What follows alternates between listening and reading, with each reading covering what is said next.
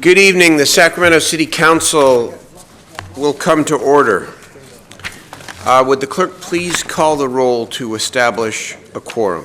Councilmember Ashby? Here. Councilmember Warren? Here. Councilmember Harris? Here. Councilmember Carr? Here. Vice Mayor Jennings? Here. Councilmember Guerra? Here. Councilmember Chenier? Here. Mayor Steinberg? Here. Councilmember Hanson? We expect him momentarily. He'll be here. Okay. Members, we have a relatively short agenda. Let's begin with the Pledge of Allegiance. However, I'd like Patrick and Matt, if you guys would come on up and help lead us in the Pledge of Allegiance. Patrick and Matt. Thank you. Friends of John Silva. It's not on the agenda.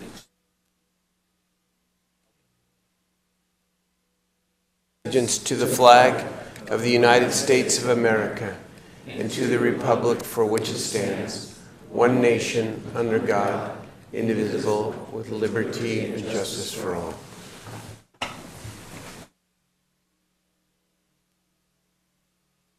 So there was no closed session this evening. I want to begin tonight with special presentations. And while we have two items that certainly come under the category of celebration, we begin tonight with a very different presentation.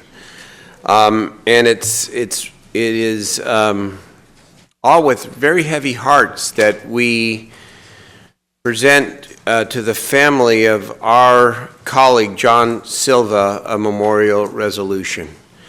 And I know that you are all, many of you are up front here. John's wife Samantha, his parents Donald and Debbie Silva, and sister Jennifer, and I know the nieces and nephews aren't here, and I know some of his close friends are here.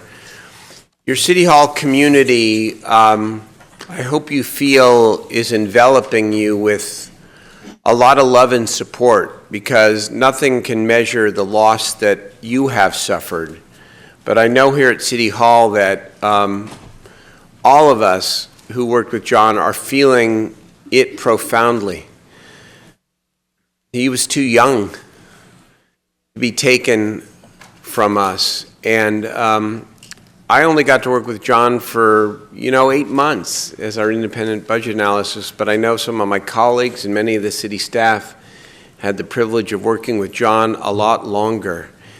And it's amazing to me and interesting what you learn about somebody after they pass, just how incredibly involved he was in so many aspects of community, and how beloved he was by so many people, not only inside City Hall, but outside City Hall.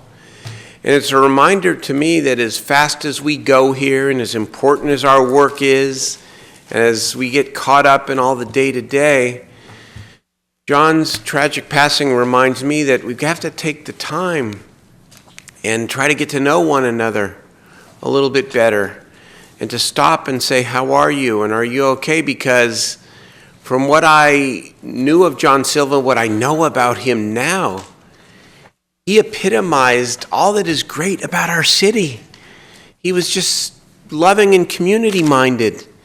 And I know this Friday, after the service, when we have a traditional wake at De Vere's, that I think that the joy of his life is going to be demonstrated in big ways by many people here in Sacramento. And I just want to tell you, as the mayor of this city, just how sorry I am and how much we will always remember him. And not only for his work here at City Hall and what he did to help us on the city budget, but just his heart and what he meant to a lot of people. I don't know if my colleagues have anything, that they want to add. Sir, it's popping up, not a surprise to me here. Let me turn it over to Councilmember Warren to begin, and then Councilmembers Hanson, Harris, and Ashby. Thank you, Mr. Mayor. I was on the selection committee that hired John, and I had the pleasure of getting to know him through that process, and there were several of us on the committee, Councilman Carr and Jennings, and we interviewed, I think we interviewed maybe 7 or 8 candidates, but we looked at a lot of applications. And when we had a chance to sit and talk with John, we immediately became comfortable with John. We connected with John in ways that I think really illustrated to us that he would be a good fit for this city. He was from this city, a product of Christian Brothers. We talked about Christian Brothers High School. I have a daughter that's a son that went to Christian Brothers and a daughter that's a senior there now, and so we would talk about Christian Brothers. And then I would have, after we made the hire, I'd have other people from either the athletic program or administrators mention John to me because they knew that how we knew each other. And I saw a gentle giant of a man. His spirit, always very pleasant, listening. He was very thoughtful. He was bright, and he wanted to do well for this city. And so, to my colleagues, I just want to say I think we made an excellent hire. We're very saddened, really saddened by, by the loss. And I know that words really can't help really deal with the totality of this issue, but I just want you to know the memory of the person that we have is something that we hold on to and we cherish, and we think it was very special for us to share the time that we had with John. And so the family, anything that this city can do, if there's things that come up down the road and we can be of assistance, don't hesitate to call any one of us independently or collectively. And I will volunteer myself in my office to be as helpful as possible. So thank you for sharing John with us, you guys. Councilmember Hanson. Thank you, Mr. Mayor. I was on a train in China when I got a phone call from the mayor's staff saying that John had passed. It was devastating news because it was completely out of the blue. And I think as I came to know John, primarily first through my own friends who knew him, and some of you are in the audience, Patrick, Rachel in particular, I came to know somebody who was thoughtful, concerned, who wanted to do well, and who cared sincerely that we do right by the public. He, in many ways, through those traits, that nature that he had, which was considerate, was the epitome of a public servant. And we entrusted him to be our first independent budget analyst. And through that, he had to shape an office that had never existed. He had to figure out how to work with a council that doesn't always know what it wants, doesn't always agree on what it wants. And I think he did most of that with more grace than any of us could have ever brought to bear on the situation. And he did it in a truly unique way, which is with that same spirit that brought many of you to him, either family or friends, and continues to inspire us, hopefully, about how to treat each other, how to live our lives, how to be professionals in a world where people can disagree but shouldn't be disagreeable in the process. And I think the trust that we put in him as a city council and as a city is something that we don't do lightly. And in the end, his loss is staggering to us, to our staff. His youth is a reminder to me in particular, because we were about the same age, that he or I or any one of us has to make every day count.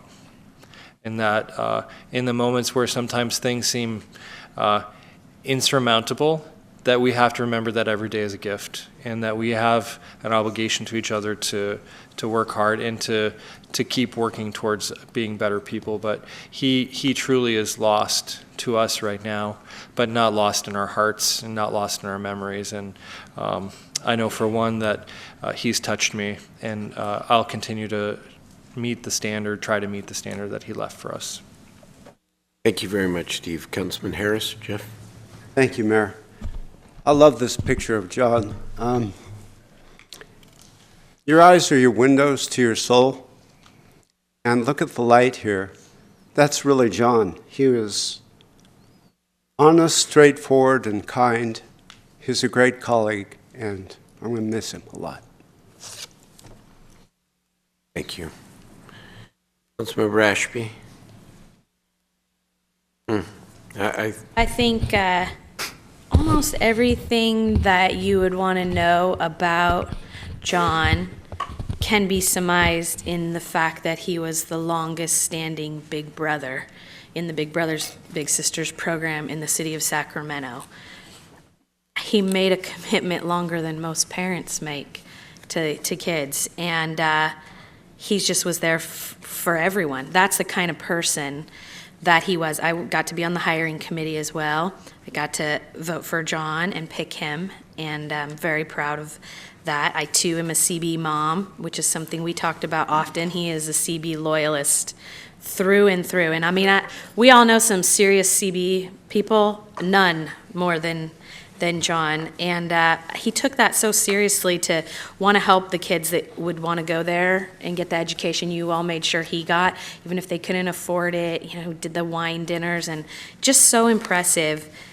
He's a great friend. He was my chief of staff, one of his best friends, and Christine Roybal. And I want to thank Christine and Kevin for helping the city grieve, because you guys bringing us all your stories and information about him and telling those stories has been helpful to all of us.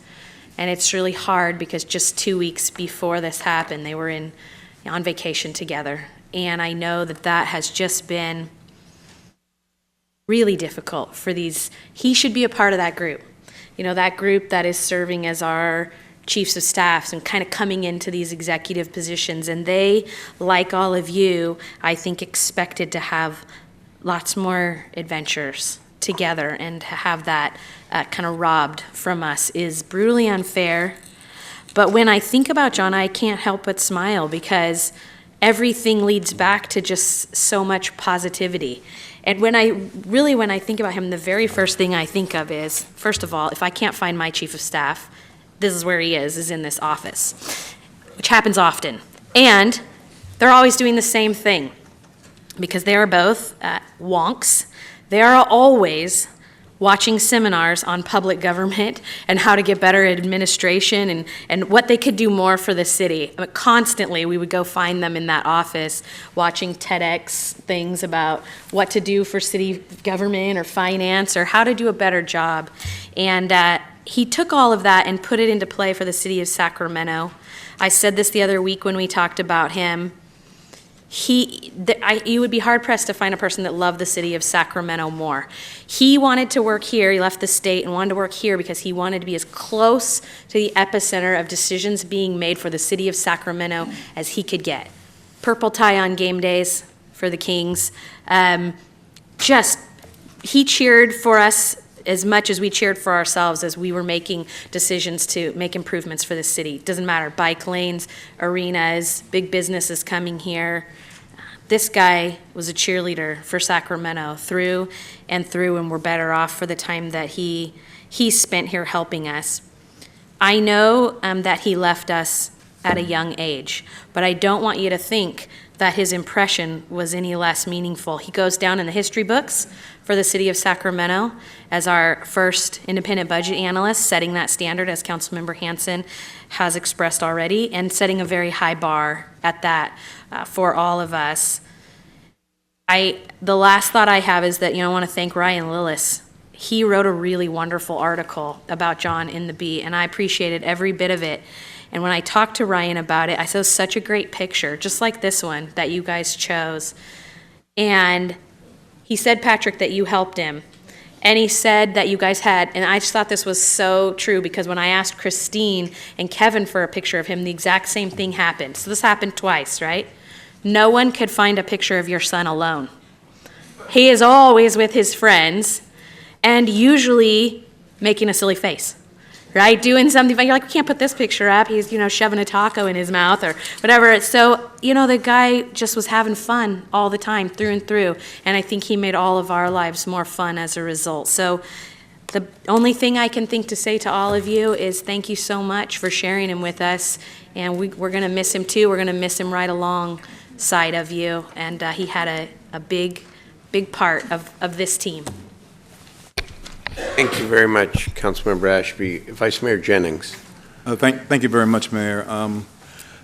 I wish I could say as many things about John that have already been said, but my kids told me more about John than I could tell you about John. They went to school with John, and they told me all, I just had the opportunity to visit with them, and they told me all the great things about John.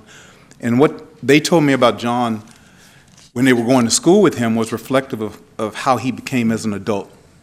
And so I just want to stop for a second and thank Mom and Dad for raising a great son, for raising a great servant, for raising a young man who understood what it was to think beyond self and to give to others, as reflected in his commitment to Big Brothers Big Sisters, as reflected in his commitment to Christian Brothers High School, and everything else that he did that we can't even begin to speak or know about up here. But his commitment to family, his commitment to his community, and his commitment to the city of Sacramento are all reflective of how well you guys did in raising him. And the smile that we see in this picture is a smile that he carried every single day. And he left that impact with fellow employees, with us as council members, charter officers. Every single day that he walked, he carried that smile with him, and he left an impact for everybody he touched. And so I just want to stop for a minute and say thank you for sharing him with us, and he will be remembered forever. So thank you so much.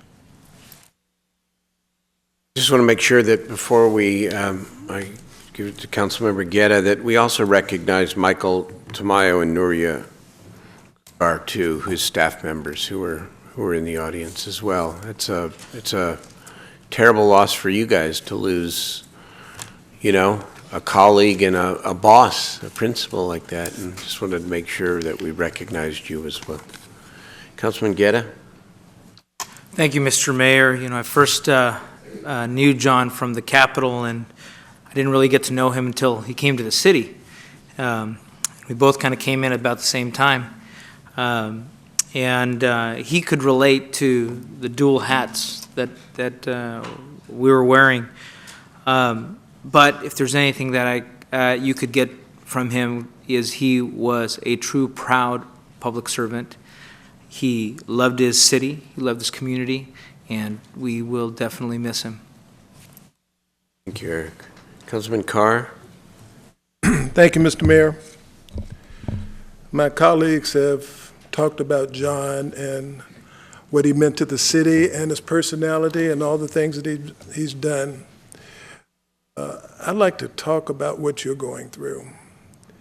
Having experienced this type of loss firsthand, right now it seems like the weight is so heavy that it will never go away, that it's almost unbearable. I saw Vice President Joe Biden address some families, Gold Star families. Their sons and daughters were coming back from Afghanistan, and he said a lot of things to them, but one thing that he said really stuck with me, and I bounced this off of my own experiences. The day will come, and I know you don't think it will right now, but the day will come when the thoughts of John will bring a smile to your lips before it brings a tear to your eye. That day will happen, and I hope it comes sooner than later for you. Beautifully said. Councilman Chenier. Thank you. I think, and I want to tag on a little bit to what Mr. Carr said. I think that the greatest fear of a parent is to lose a child. I just can't imagine what that would be like, and I hope there's some comfort here in what you're hearing from these folks and from John's friends. And, you know, people who have a good soul, who are warm, who are liked, are worth something very, very valuable. And I think he'll be remembered for a long time. So our condolences. Thank you very much. We have a memorial resolution here, which I know is not nearly enough, but I'd like to just come down and present it to you, and know that this chamber and this place is always open to you. Obviously, it's open to everybody, but especially for you, because John will always have a place here. Very sorry.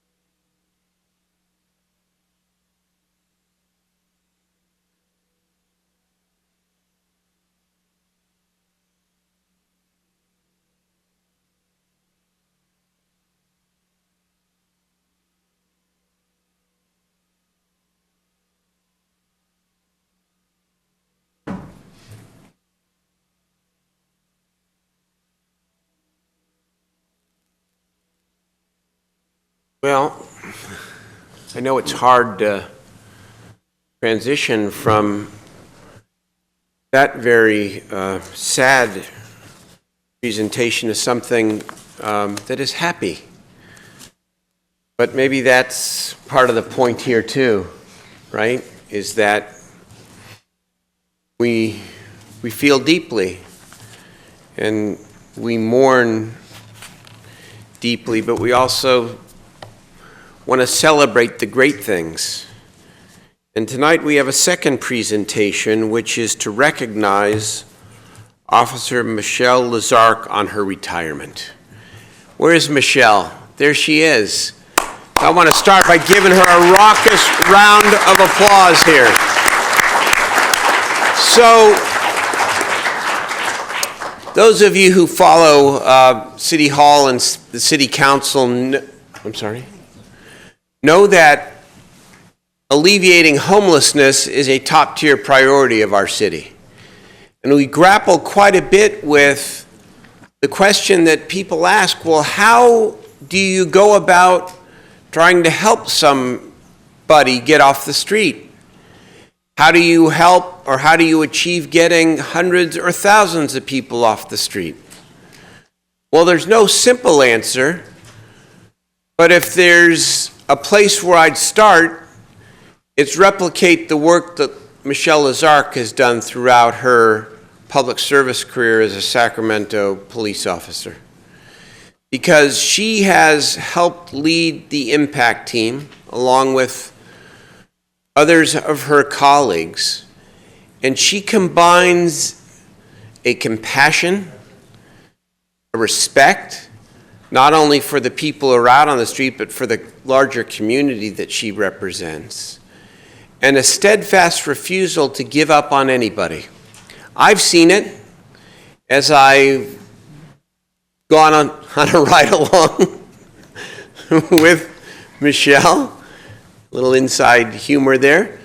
And I've seen how she recognized everybody on the street who she came upon by name and knew something about them and had either a word of advice or, in most instances, an actual suggestion to help them alleviate their condition. And she's only one person. And part of what I learned from Michelle and the impact team is that we actually need more of you so that you can reach more people with the compassion and the intensity that you did, that you performed, that you showed. And so we want to honor you tonight by thanking you for an incredible career that began in 1991. Of course, not just been the impact team. You were neighborhood police officer, narcotics investigation, professional standards, public information, bike patrol, crisis negotiation, of course, most recently, the impact team. You're an incredible example of why we honor the men and women in uniform, and that you chose, the particular assignment that you chose is noteworthy in and of itself. Not a lot of glamour, some frustration, but you showed us what we want to do a whole lot more of, Michelle, and congratulations to you. Thank you. Come on down. Come on down. I'm going to come down and present this to you, but you have the microphone here to share a few words and introduce your family or anybody else who is here with you.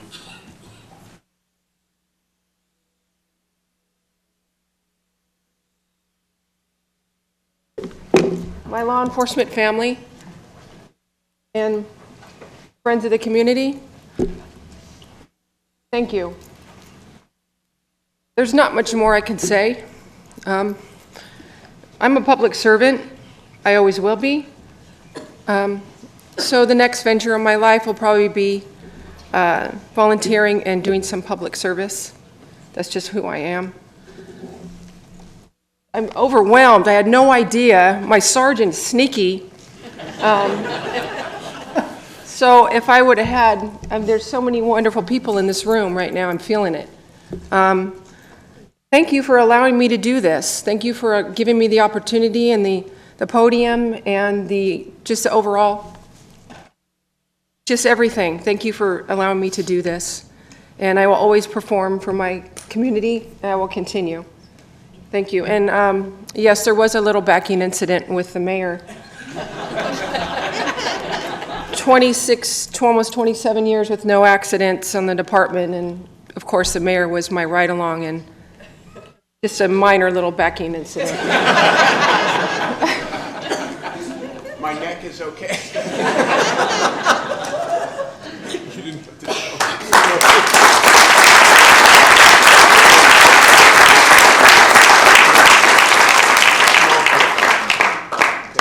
Thank you, every one of you. Thank you.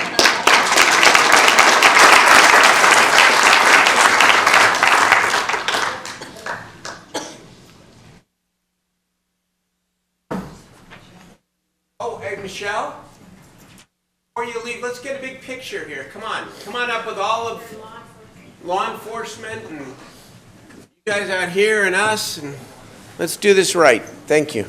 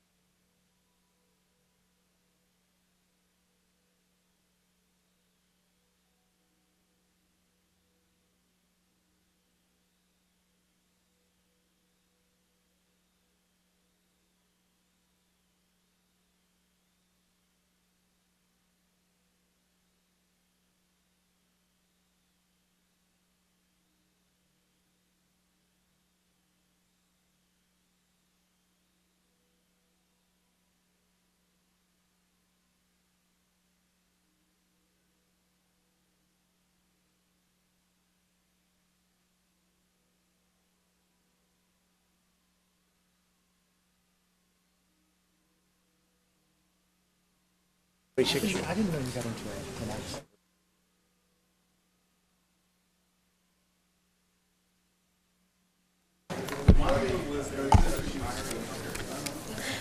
Mayor, before we go to the next item, I just would like to ask the clerk, just in case there's anybody in the room for this item, we're not going to be hearing item 12 today. Normally, we announce it on the front end, and I just want to make sure Oh, good, we thank you. let folks know that we're moving item 12 to another date. Okay, so if you're Madam- here for item 12, the Greenbrier project, we're not going to hear it tonight.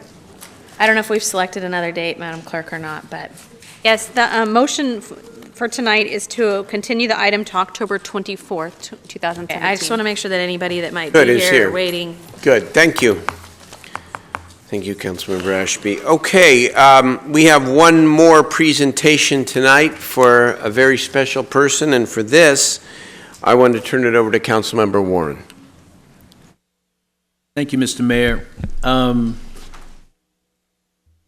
I don't know if I really want to do this. But it is, ladies and gentlemen, this is a very special evening, and it is an honor and a privilege for me to acknowledge somebody who's truly special. She happens to live with her family in District 2 in the Del Paso Heights community, but she's really a resident of this entire city, in fact, this region, because she's touched so many people. So for over 30 years, the person that I will introduce and acknowledge has been doing extraordinary things in the Sacramento community. So much so that she's been recognized nationally numerous times. She has a love and affection from people from all walks of life. Not a purer heart and spirit that I know of anybody else who has the kind of sustained commitment to some of the most basic things that we take for granted, but oftentimes we know other people don't have the things they need to survive, and yet this woman and with the support of her family have fed tens of thousands of people, in fact, hundreds of thousands of people in this region. And so at this time, I'd like to ask Miss Mary Watts, would you come up to the microphone, please?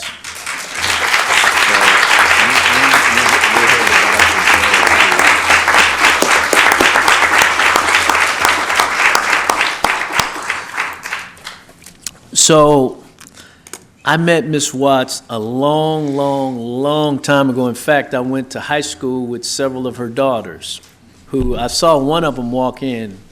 And I had this distinction of really spending my entire life in Del Paso Heights. So from elementary school through high school, and there was a woman who was a very revered woman in our community named Mama Marks. And Mama Marks was the kind of person that when we would be on our way to school or during the summertime when school was out and we were hungry, we could stop by where she was at, what's now a church, at the corner, in fact, right across from the Kinney Police Station. It was right there on the corner of South Avenue and Marysville, and we would get free bologna sandwiches or peanut butter and jelly sandwiches, and she did that for years. And I had also the honor of going to school with her daughter, Kim. Yes. And so when Mama Marks retired, our community had a big hole in it because we didn't have that motherly figure that was really looking out for our community. And lo and behold, here comes Miss Mary Watts, and now for over 30 years, 40 years, I believe. You've been in Del Paso Heights for 40 plus years. But for 30 some odd years has just been an angel in our community. And, it's really, this is one of those situations where you've heard it said it's hard to say goodbye. But ladies and gentlemen, Miss Watts is retiring, okay? She is retiring, and truly will be missed, never forgotten, but it's so well deserved because she's done so much for so many people. So many people. You guys give Mary Watts a round of applause, please.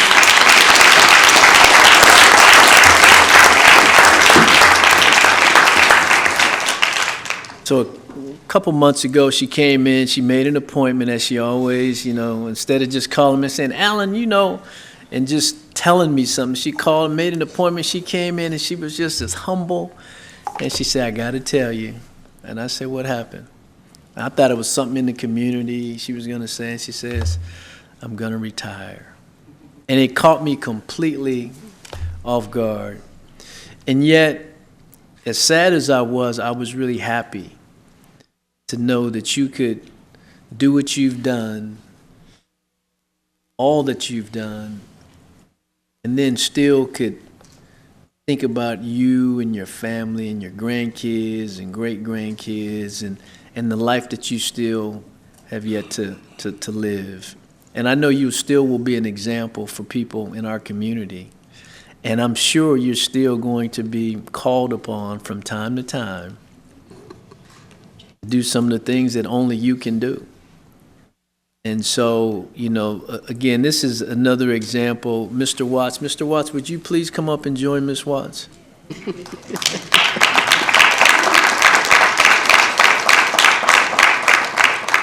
That's honeydew. Yes. That's honeydew. Honeydew. Well, let me just, oftentimes we've heard it said that it takes a village.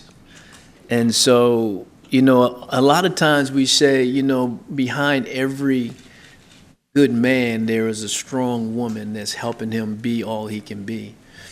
And Mr. Watts is one of the most patient people. He's not looking for the attention. He's not looking to make a lot of noise, but he is just that strong presence that has held up the family and supported Ms. Watts. And really, you shared your wife with this whole community. And so to that, I will say thank you, sir, for what you've done and what you've allowed your wife to do. And to both of you, I am truly thankful for the love that you've shown our community. And I have a resolution for you, Mrs. Watts. Before I read it, I would like for you, if you would like, you and Mr. Watts to say a few words. First of all, I just want to, I talked to myself all day today saying, now, Mary, don't cry. I just want to thank the Lord for allowing me and giving me the strength to do the work I do. I was blessed in Del Paso Heights community. I have 9 churches that work with me, my own church, Victory Tabernacle, Pastor Hinkle, my pastor here, and all the wonderful people. I couldn't have done it by myself without my family, without everybody here that was supposed to be here. Hi, guys. And my husband, my own children, and the new kid on the block, I don't know where, James. He came into something, he don't know what he got into, but anyway, I just thank God for all of you all's support, from the mayor, from you, Councilman Allen, and everybody here. Without your support, I couldn't have done it, because it took all of us to meet the needs of the community, and it was a lot. I don't know, is Harry here? Yeah. Harry Block. Well, that's the mayor of Del Paso Heights. and when Mama Marks had passed, and he said, Mary, come on, you can do it. I said, oh, you got to be kidding. This is not in my forte, because I saw what Mama had to go through. But he said, you can do it, and I'm going to help you. And I said, okay. So Harry Block and his wife, Inez, they helped. And we started the TLC Soup Kitchen, and then soon all the others came. Chris and was right along with us, and she said, we can do this. And I said, do you know what y'all asking? But it takes all of us to meet the needs of the community. And I want all my family, all of y'all saying? Yeah, everybody here from Mary Watts, please stand up, you guys.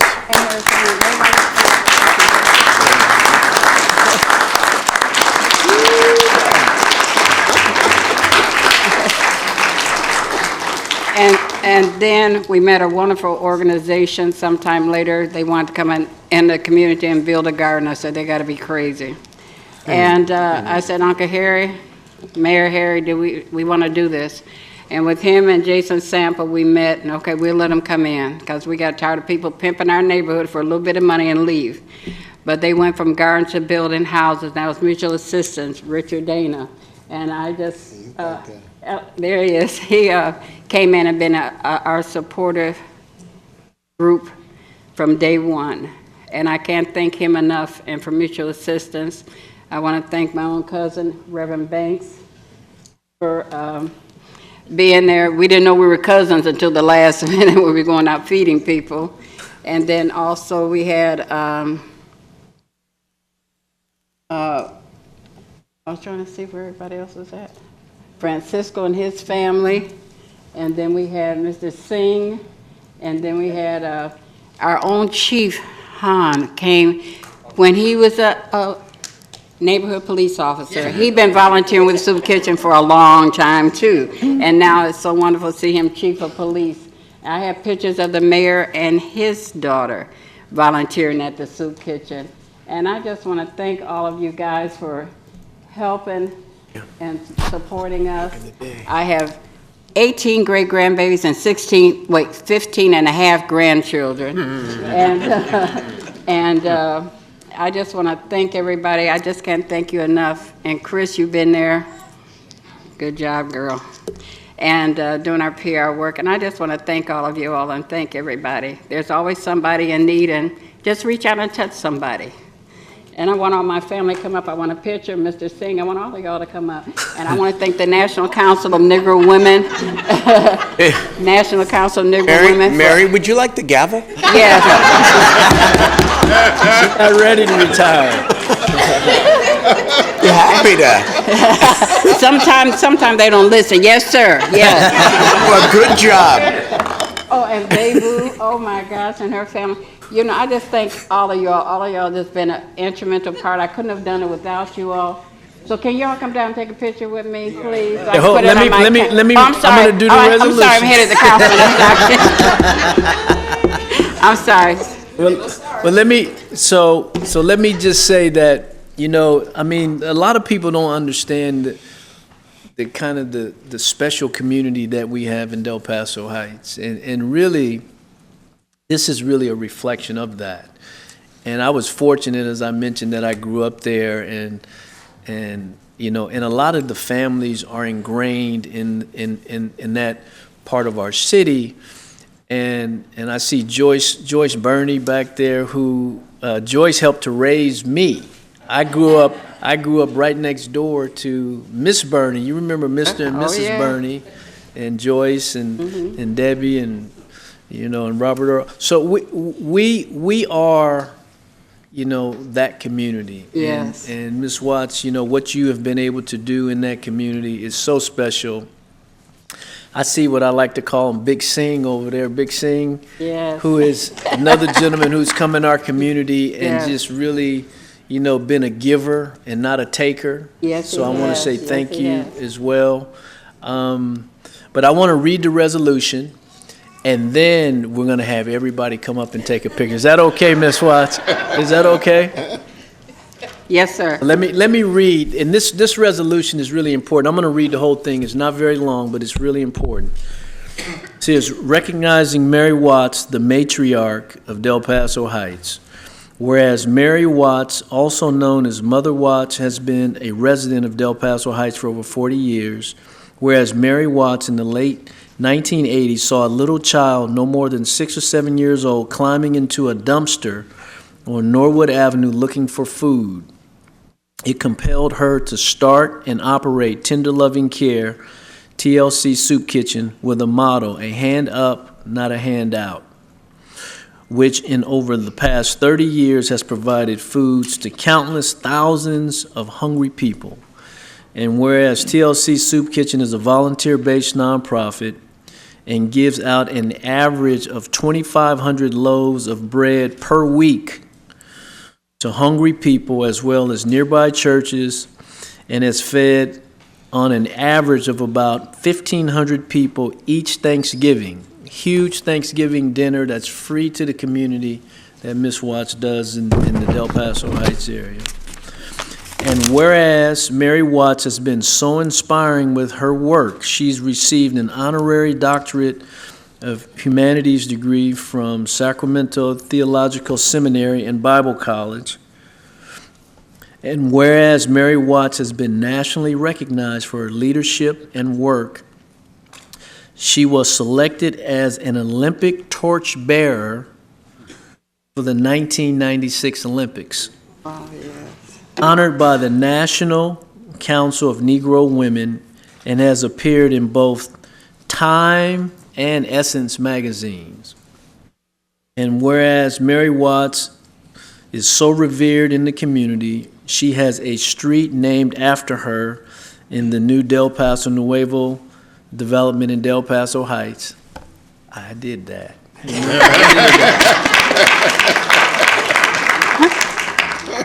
Now therefore be it resolved by the mayor and council of the city of Sacramento that we do recognize Mary Watts for her selflessness, for her amazing work to give back to the community in the city of Sacramento, which she loves.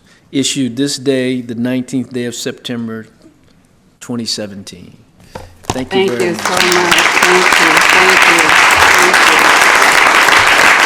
So now would you all come up to the come on.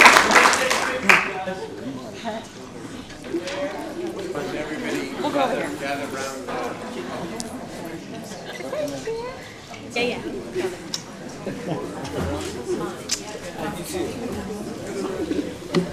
Go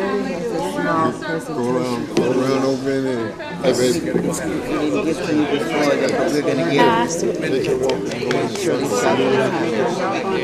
Y'all going up in the circle. So we can get up here. Thanks for hanging in there last week. That was strong. No, that was strong. Okay.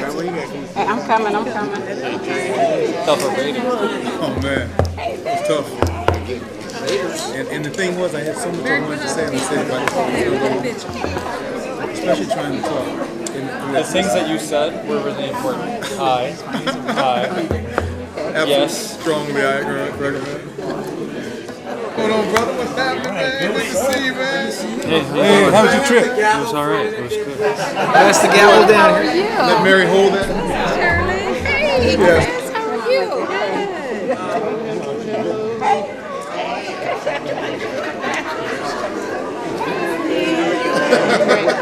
Wonderful. Welcome to your city hall. How are you?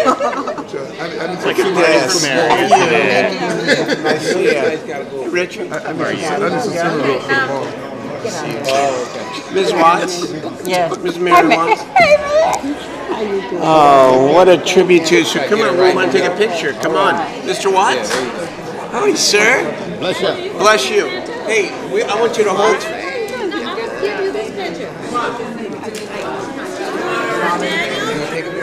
I will. Okay, y'all gotta squeeze in. Excuse me, family. Y'all got to squeeze in this way.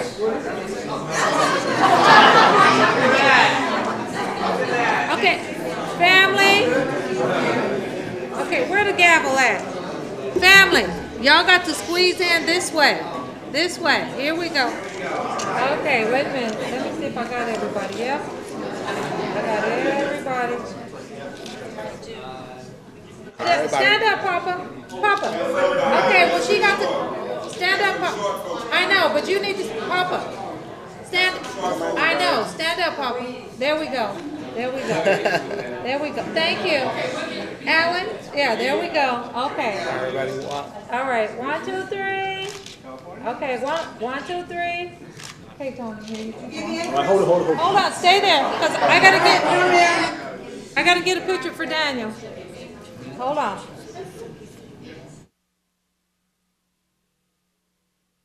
Okay, stay there. I gotta get a picture.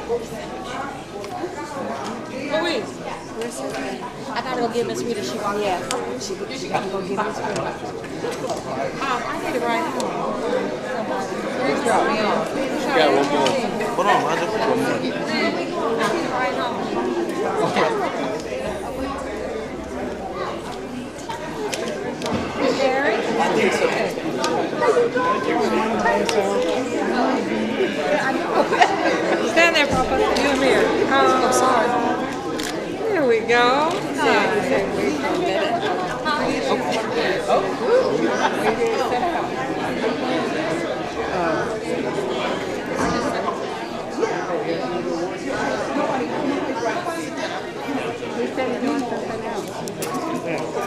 That's it.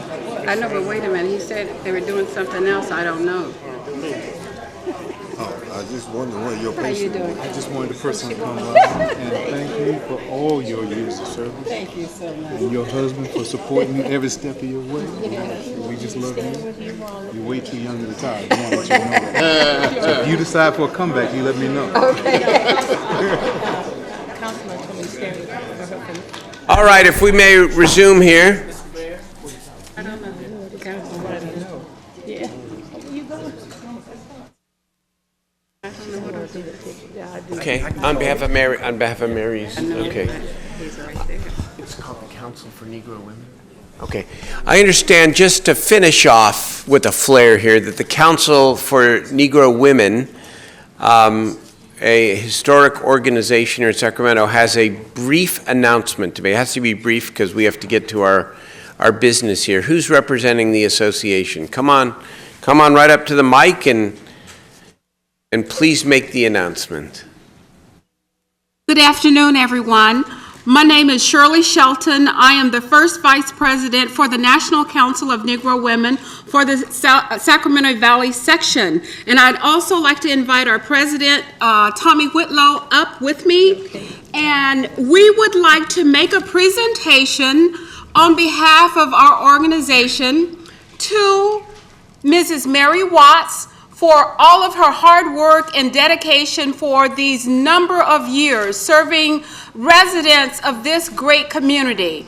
Sister Mary Watts, you have worked tirelessly and you've served valiantly. And we are so honored to acknowledge you and to give you this donation representing our organization to Mrs. Mary Watts. Thank you again. Oh, thank you.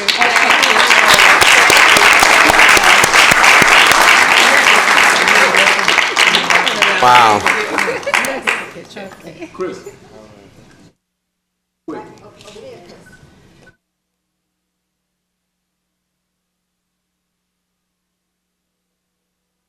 Thank you for this opportunity. Of course, thank you for the very generous donation. Mary, you deserve a lot more. Thank you. You sure do. We love you. And by the way, I don't buy this retirement business either. Yeah. Thank you. I don't buy it. We love you. Thank We really you. do. You're the best. Okay. Let us move to public testimony for matters not on the agenda. Madam Clerk, Mr. Jennings. I have 16 public comment slips for items not on the agenda. The first one is Robert Copland, then Braden Murphy, and then Jessica Murphy. Mr. Copland?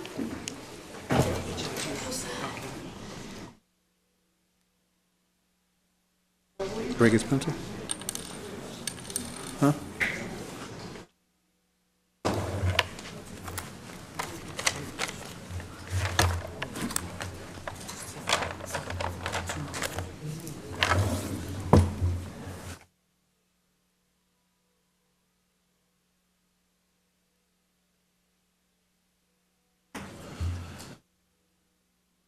Good evening, Robert.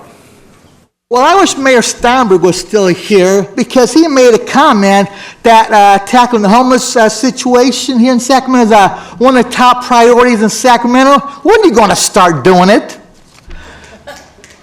I'd like to know when you're going to start getting serious about solving the homeless crisis we have in Sacramento, because I don't see much. He also made a comment last week that 300 shelter beds, 90 days, that'll be 1,200 people going into permanent housing, I don't see it.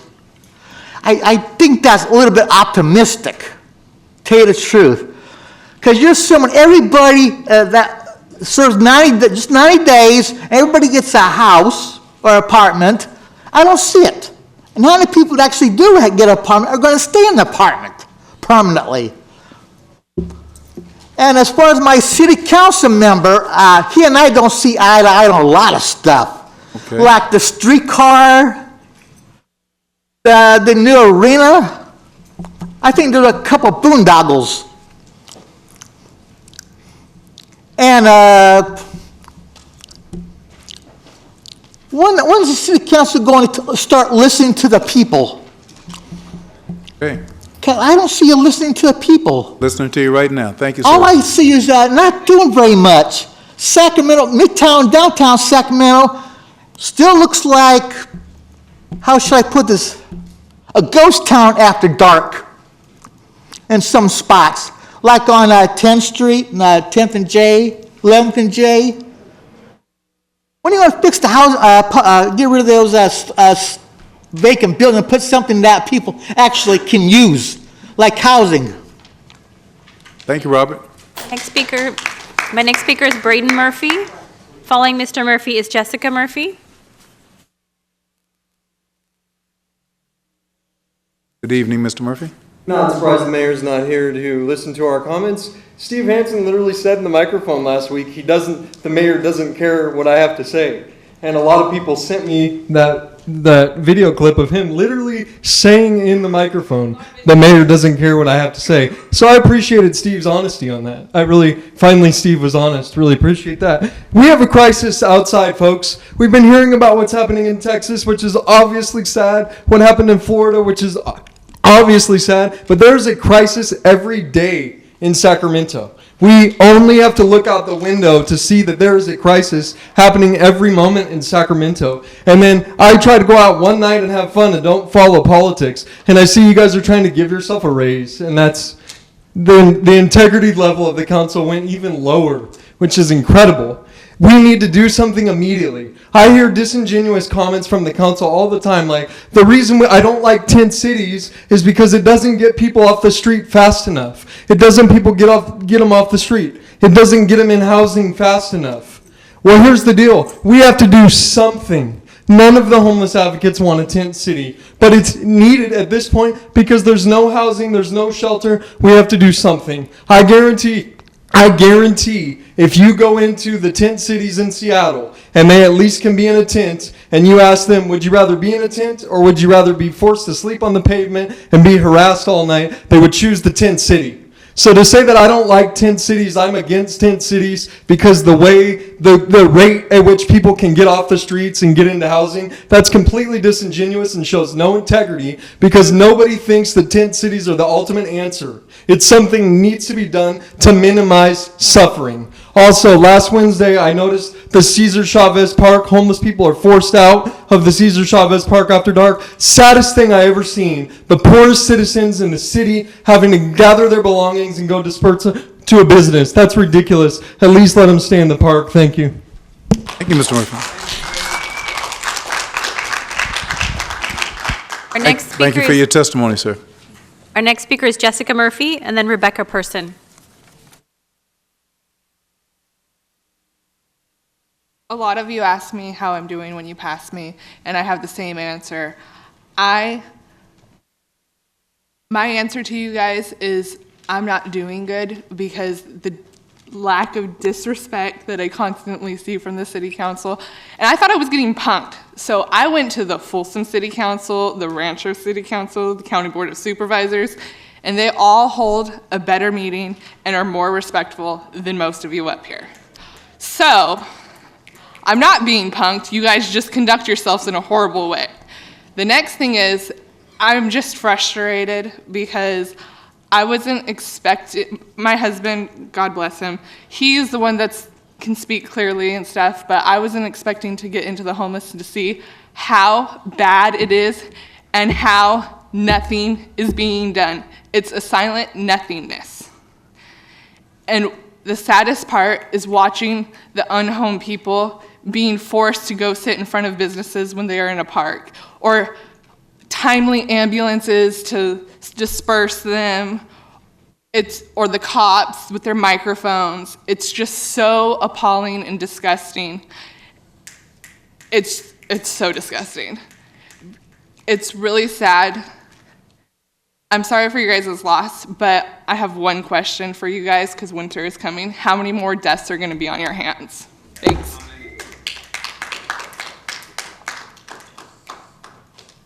The next speaker is Rebecca Person, and then Tyson Person.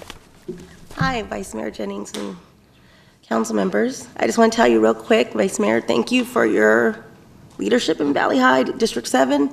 Now that I've come to District 8, not the same. It's not, Mr. Carr hasn't done anything to me, it's Matthew Bryant. You know, when you call, he has an answer for everything and shuts everything down. And everybody knows the shooting that happened at Meadowview Park. I live a block away. And it really hit home for me because 30 minutes before the shooting happened, I didn't even know what happened until like an hour or so late. I didn't even hear it happen. My son's friends knocked on the door for them to play. And I said no because their chores weren't done. Usually I'd give in and just let them go play at the park and play basketball. My sons could have been shot. Or any of the kids in the neighborhood. Thank God, you know, everything's fine. So, well, that happened on Sunday. Monday morning, I'm calling the sergeant, the police department. I'm calling, you know, Matthew and Mai is amazing. Advocating for a pod. Because I want the kids to go back to play at the park and families to feel safe.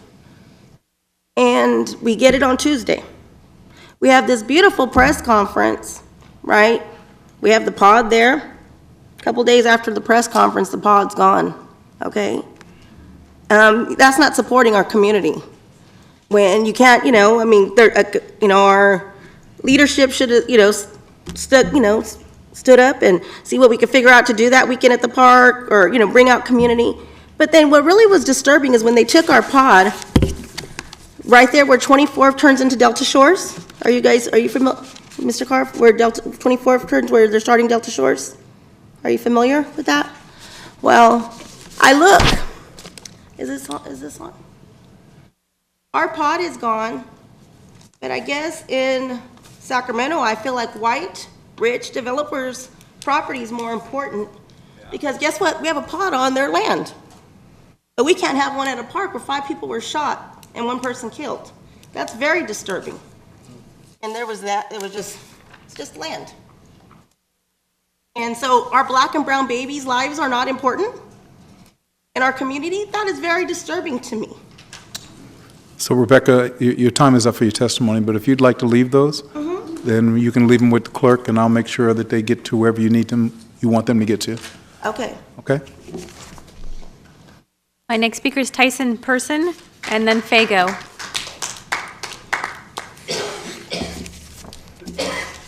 In June when you gave that petition. Okay. Go ahead and talk and address. In June, I did a petition about there's no water fountain at Meadowview Park, and then I gave it to the council member Larry Carr, and there haven't been a water fountain, and it was like June, and yeah, and we're in September. Yeah.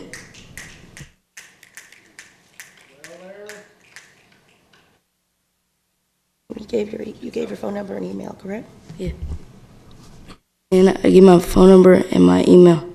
Okay, we have your information on the slip that you turned in? Okay? Okay, All right. thank you. Thank you much.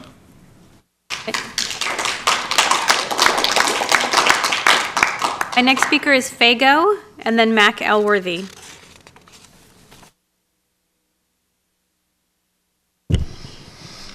So, I found out that yesterday you guys had a nice little special meeting to discuss giving yourselves better wages. Pay raise, right? Sounds good.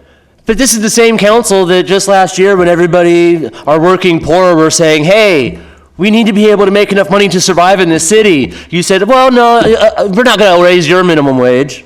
You know, the workers that actually do the work that actually runs this city, not sit up on a dais and look at people like they're less than you. I think they deserve the raises, not you guys, for one. Especially that I found when I look at today's Law and Ledge meeting and find out that you're back to trying to criminalize homelessness even further and trying to give a misdemeanor to people asking for help. So you want to give people a crime that's punishable by up to 6 months in jail just for asking for help, while giving yourselves a raise. And not doing anything about rent control to stop people from ending up homeless, not doing anything to improve the wages for the people that you're making homeless, and then you're going to criminalize them once you've made them homeless. I think that's something that should get you fired, not a raise.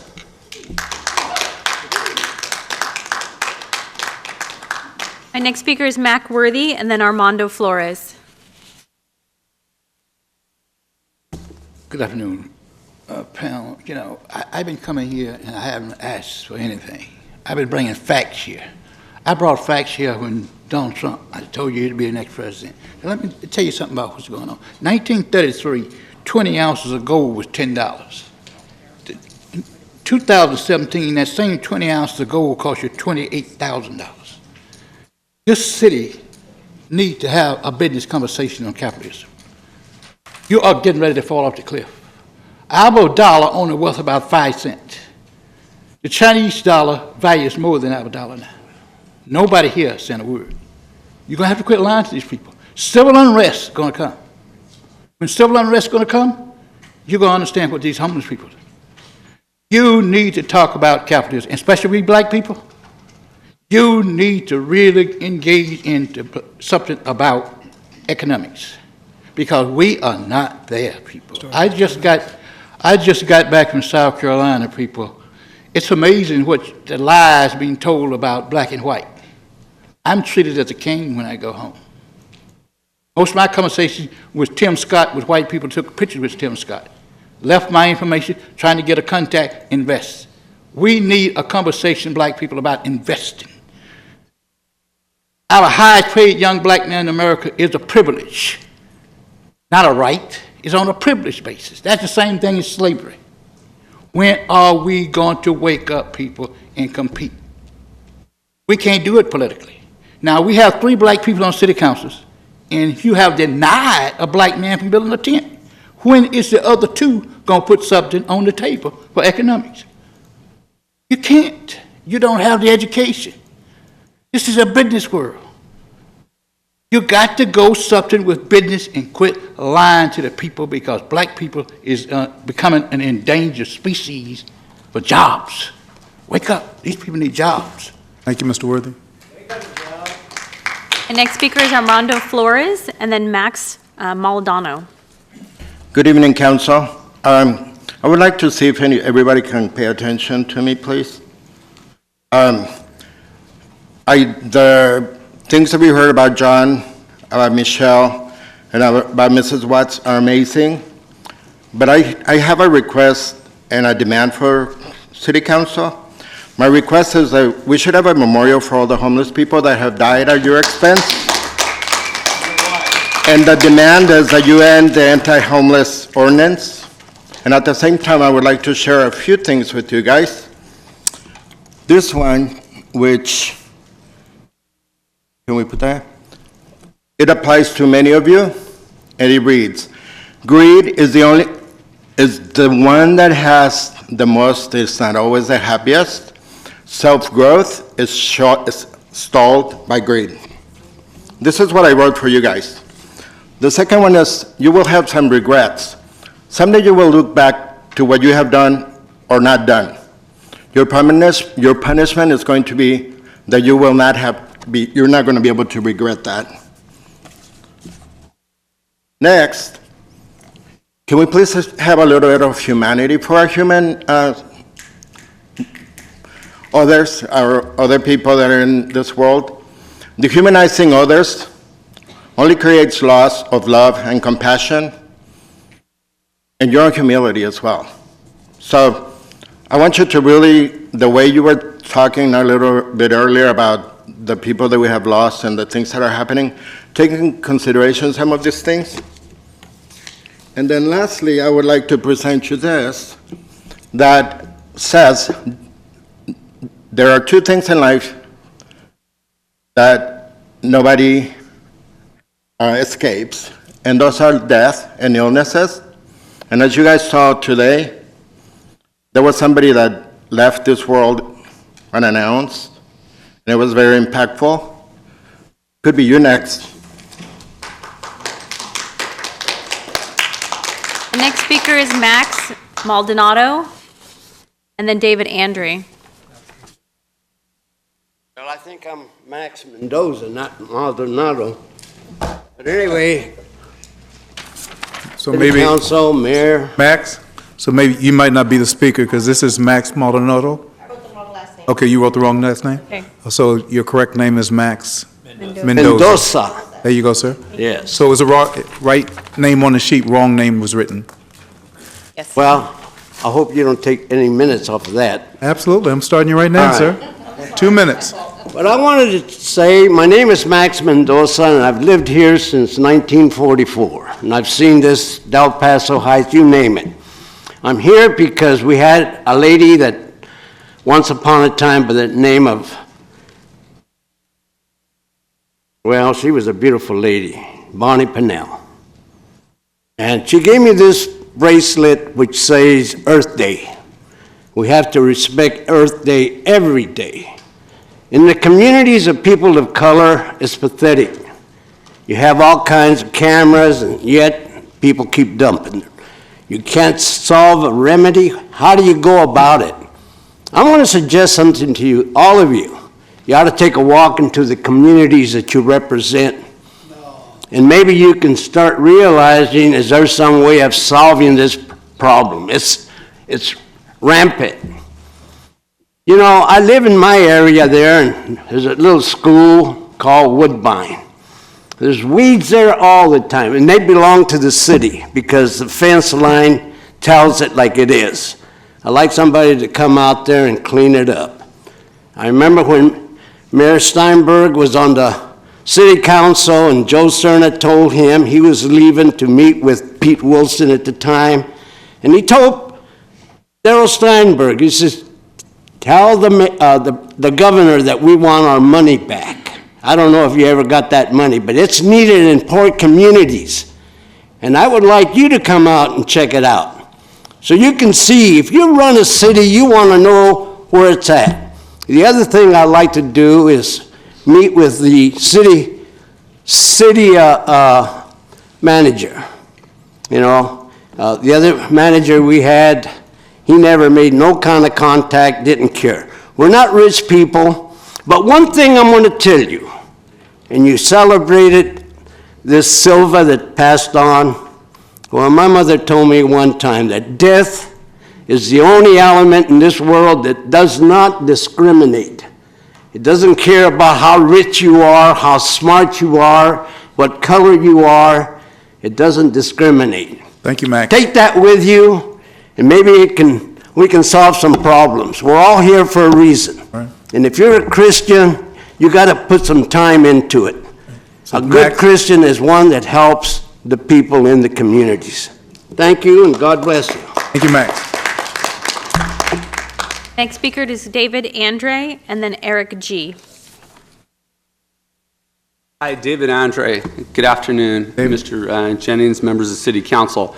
This is a five-part deal that we wrote on the racial discrimination in housing, which led to our current situation, from your Sacramento Arts and Revolution.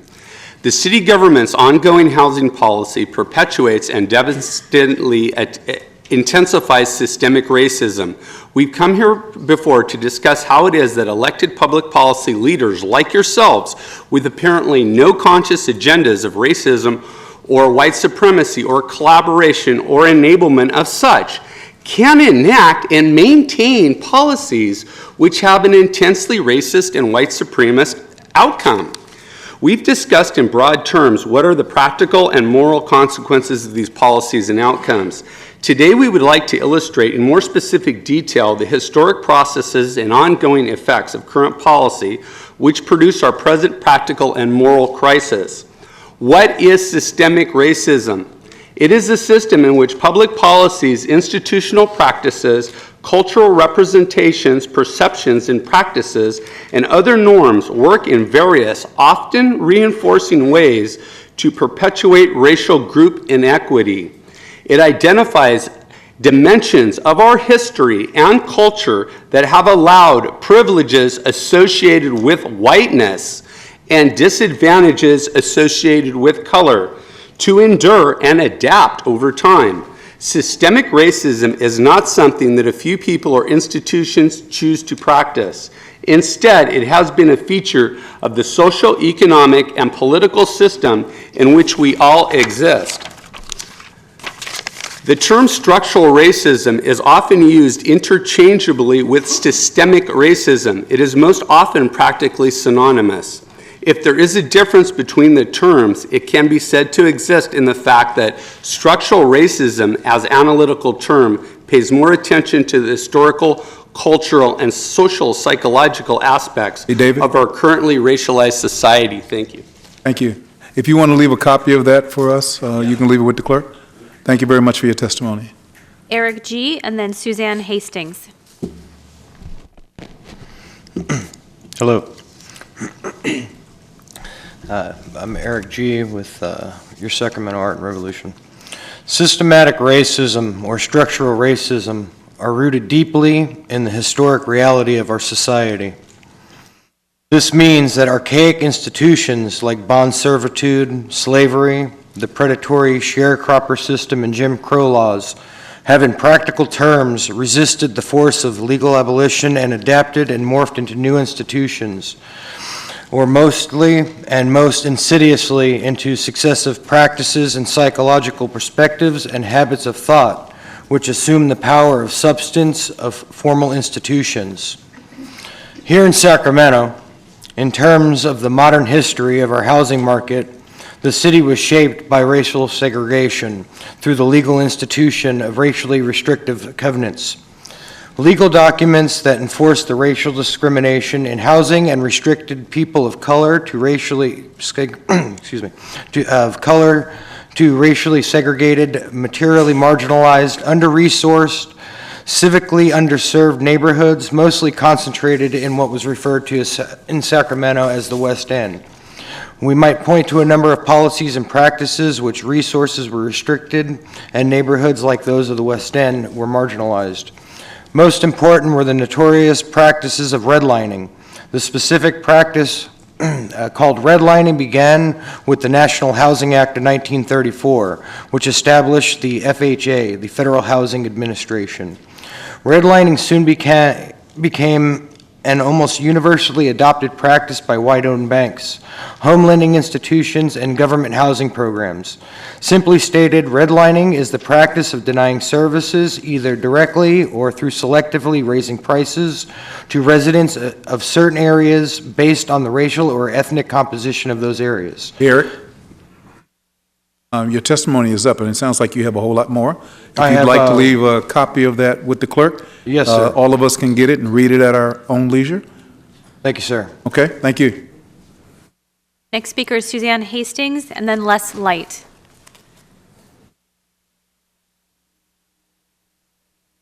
Good evening, City Council. The city's government's ongoing housing policy perpetuates and devastatingly intensified systematic structural racism. We have come here before to discuss how it is that elected public policy leaders like yourselves, with apparently no conscious agendas of racism or white supremacy or collaboration or enablement of such, can enact and maintain policies which have such an intensely racist and white supremacist outcome. We've discussed in broad terms what are the practical and moral consequences of these policies and outcomes. Today, we'd like to illustrate in more specific detail the historic process and ongoing effects of current policies and our present and practical moral crisis. What is systematic racism? It is a system in which public policies, institutional practices, cultural representations, perceptions, practices, and other norms work in various, often reinforcing ways to perpetuate racial group inequity. It identifies dimensions of our history and culture that have allowed privileges to associate with whiteness and disadvantages associated with color to endure and adapt over time. Systematic racism is not something a few people or institutions choose to practice. Instead, it's been a feature of the social, economic, and political systems which all exist. The terms and structural racism is often used interchangeably with systematic racism and is often practically synonymous. If there's a difference between the terms, it can be said to exist in the fact that structural racism, as well as analytical term, pays more attention to the historical, cultural, and sociological,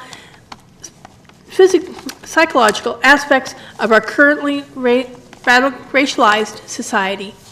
Thank you. Thank you. The next speaker is Les Light, and then Michael, and I believe the last name is Hanson.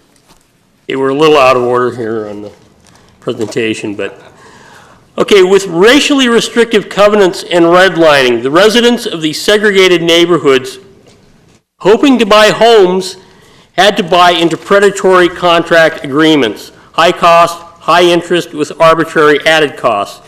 And if the non-white home buyer could not keep up with the payments, they lost everything they invested. They had no equity. So the contract agreements were really designed so that the home buyers would fail and the seller lenders would keep their money and sell and lend on the same property over and over. In this way, the community in general was plundered. It deteriorated, and the property there lost value.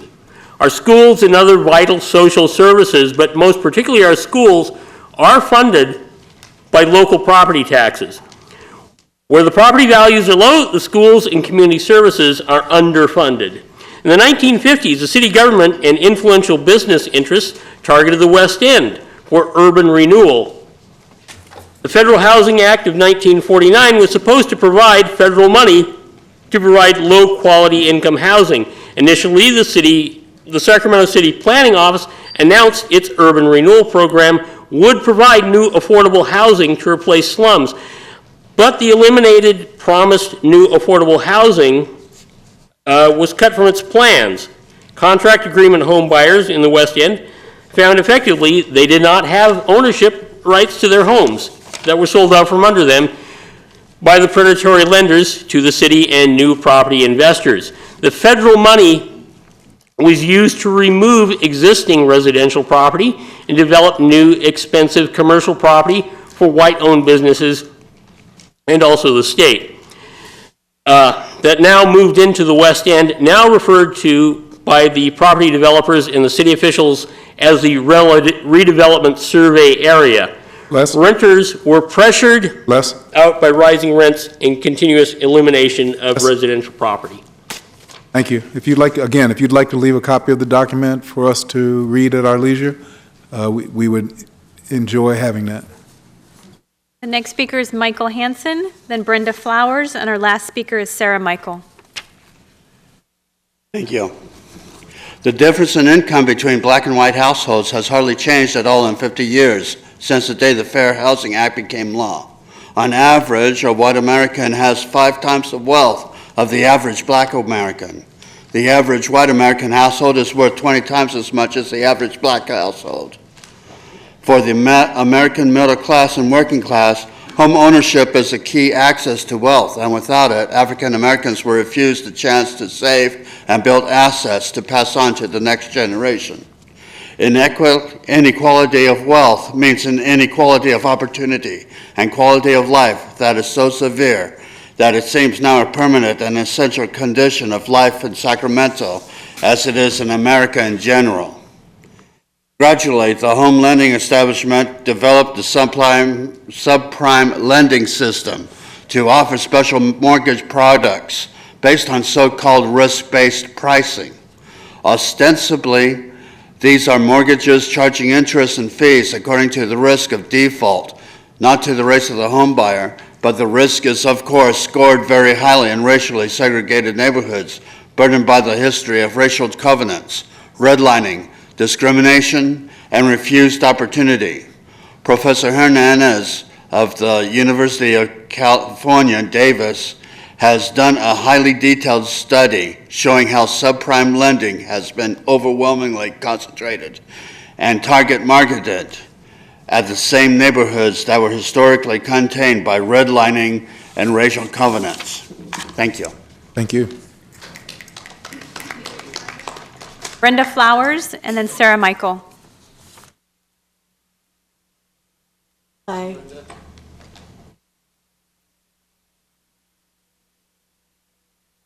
My name is Brenda Flowers. I'm one of the homeless in this community, and I'm working with San Francisco Housing Operating Committee at Loaves and Fishes. Subprime mortgages impose usurious interest arrangements and fees on individuals and families attempting to buy homes in the segregated neighborhoods where historic exclusion has put them. Subprime mortgages, by their nature, inflict high rates of foreclosure and loss of equity. This is in communities from which wealth is extracted, not to which it is accumulated. This is, again, the brutal reality of systemic racism.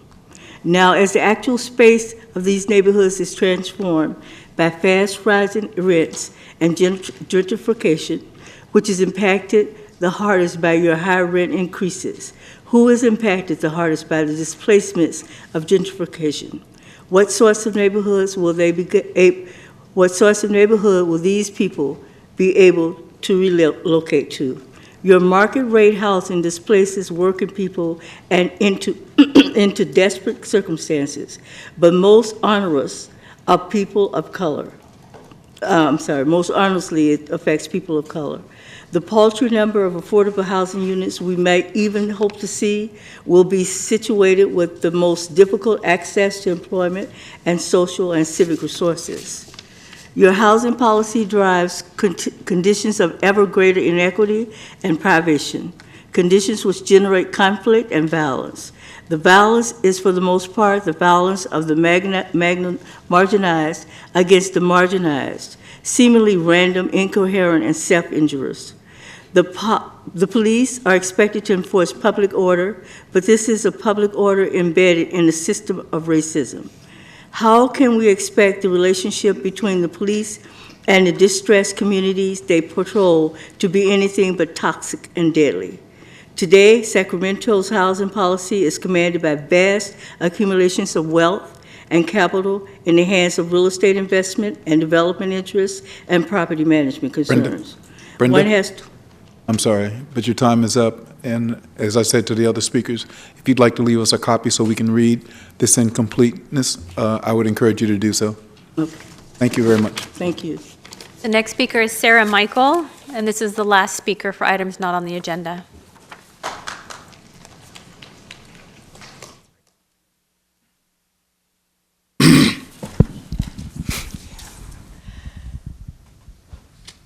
Mr. Mayor, council members, thank you. The last time I was here, it was to talk about CADA and the problems that I'm having with them.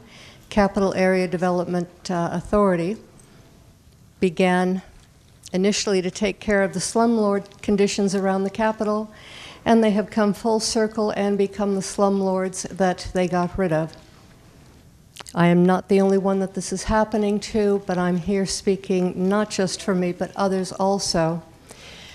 I am finding no help whatsoever, despite people saying they want to keep from finding myself homeless come December 1st. If I do not have a home, I not only lose my housing voucher for life, you don't get it back when you're off of it, then I'm in the streets for good. Now, working with CADA, they took me out of the apartment that I exposed all these problems, asbestos, black mold, etc. That was only supposed to be temporarily. Fix it up, put me back. I specifically told Mary, don't tamper with my mailbox because my recertification annually is coming in. She locked me out of the mailbox after putting in a vacant sign, so I received no mail. Yes, I got my recertification by going to Section 8, but that is an exact example of just how mean these people are. To say that I know where the bodies are buried within CADA, yeah. I'm realizing now that I was set up to take a fall, be thrown out, but I am needing help, and CADA is a city entity. There has got to be somebody bigger than them that I can sit down with and say, all right, here's what we need to do, because I don't want to turn 63 this Friday and end up homeless December 1st. Thank you. Ms. Michael, that you could become homeless December 1st is of great concern to us. So is there somebody, Mr. City Manager, from the city team that we can have sit down with Michael, go through all of this, and do everything we can to assure that you remain sheltered and housed over the long term? Who is that? Arturo Sanchez here, our Assistant City Manager, is right there. We'll meet with you right now, okay? We'll do our best to help. Mr. Still just Darrell Mayor. Uh, This is beyond my house. I understand. Also about CADA as well. We'll listen to it all, but we'll listen to it all. But first and foremost, we want to make sure that you're housed. Okay. Thank you so much. There's Mr. Sanchez right back there. Thank you, Councilman Carr. Thank you, Mr. Mayor. I'd like to address one of the comments that was made earlier. I'm not sure you were here. The comment was that a pod police observation device, a pod camera had been taken out of Meadowview Park, and after the shooting, a couple of weeks ago, there was a shooting at Meadowview Park.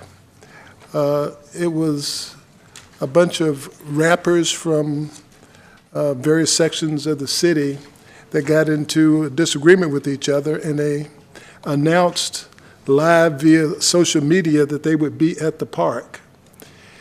The rival gang member picked this up, and they came out to the park, and they shot 4 or 5 times, hit a few people, and unfortunately one person was deceased. Now let me tell you about Meadowview Park. We have Easter egg rolls there. We have park days there. We have all kinds of events in Meadowview Park. It is not a dangerous park.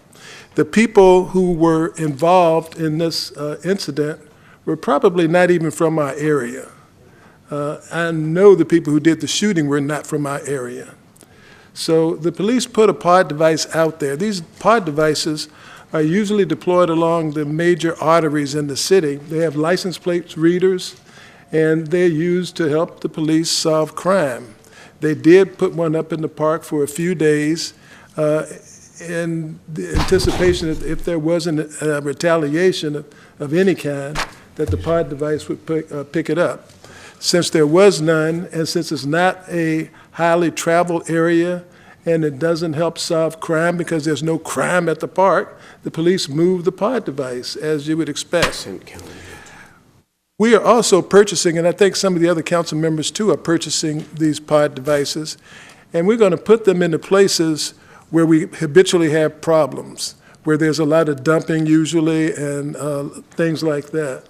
We aren't going to put them in every park where there's no issue, and I doubt if the other council members will too. We looked at the water fountain that the young man came in and said he passed out a petition for. And I don't blame him because he doesn't understand that just because we set up here in these high seats does not mean we can take a water fountain out and put it out in 30 and 60 or 90 days. There's a process for everything in the city. You get put on the list just like everyone else. I can't jump in front of the other council members' priorities and start placing water fountains willy-nilly. Plus, there is a concern that the water fountains, just like the ones downtown, are being abused, that the restrooms are being abused, and our current philosophy is for parks that they are neighborhood parks, and if you need water or you need a restroom, you go home. They're all right around that neighborhood. They are neighborhood parks, not regional parks. So I would have addressed it. I normally wouldn't address an issue like this when somebody comes in and makes a statement like that, but just wanted to clarify. Glad you set the record straight. Thank you, Councilman Carr. Okay, let's get to the consent calendar. Councilman Chenier, you wanted to make one comment about an item on the consent calendar. Go ahead. Thanks, Mayor. I don't want to pull it. I just wanted to comment on item 5. Actually, I have 2 comments on it. This is getting shot spotter for the Oak Park area, and 2 things. I want to thank the city manager for making this a priority and finding the funding to do this, and Chief Hahn as well. I think this is important for the area. ShotSpotter has proven successful up in the Del Paso area and also in Meadowview, so we're excited about that. And also thank the county. The county is coming in as well as a partner. They've put $1.1 million, I believe, into this also for the Oak Park area. So beyond the economies of scale financially working together, I think it's just a good opportunity for the city and the county to work together. So I want to say thank you on that. It's great. It says I have 2 items. it's been moved and seconded. I think it's terrific that ShotSpotter is being expanded and it's a city-county collaboration. Congratulations. Let's hear from the 2 members of the public, and then we'll vote on the consent calendar. So Braden Murphy is the first speaker, and then Lorraine Brown. These are for items on the consent calendar.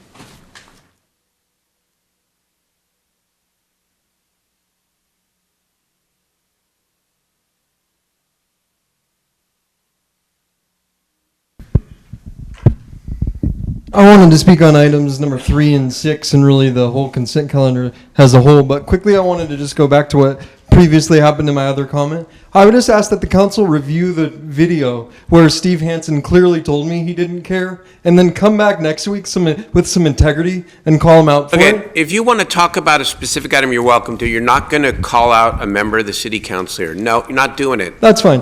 So item number 3 is helping create after-school programs for the Sacramento City School District. I think that that's a good thing to talk about, good place to put money towards. And item number 6 is, the library, the roof on the library. But the thing about it is I oppose these things until something is done about the homeless issue. We cannot put money into after-school programs for children when the homeless population is growing and growing. They're going to be near the area. They're going to be near the schools with nowhere to go to the restroom. The library is a very popular popular place for the homeless people to go after they've been inhumanely kicked out of Cesar Chavez Park every night. They go and they lean against the library and they have to sleep there. Maybe sometimes go to the bathroom there. They frequent the library. We cannot continue to just blow taxpayer money before we do something major and massive about the huge homeless problem that we have. All the items on the consent calendar are connected, and that they will not do as well. It is not a good use of taxpayer money until large population of mentally ill people, otherwise homeless people, with nowhere to go to the restroom, aren't piling up around these things. It makes no sense to put money into a roof and to special education programs where people are going to be in danger because of a situation that is not being addressed. And I can see why conservatives get frustrated at government waste. We need to put our priorities first. Thank you. Next speaker is Lorraine Brown. Lorraine? Thank you.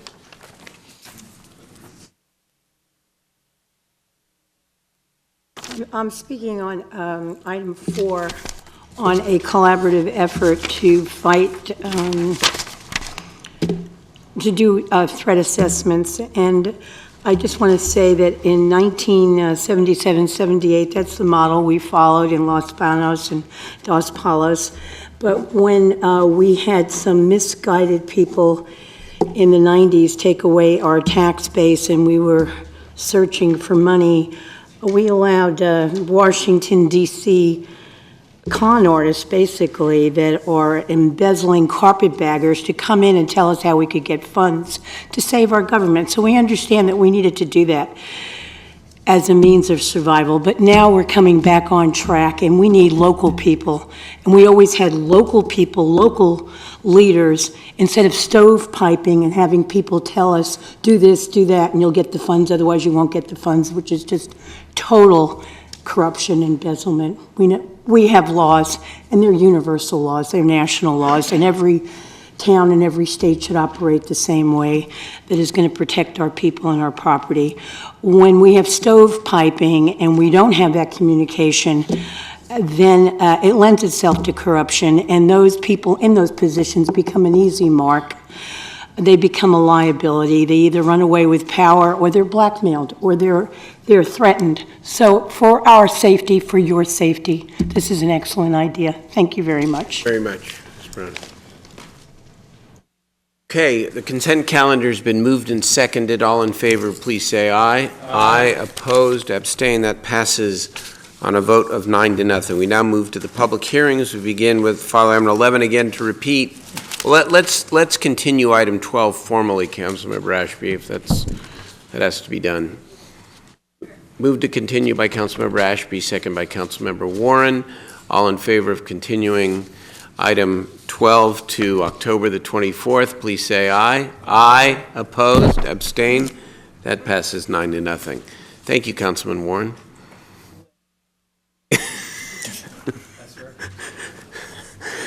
File item 11.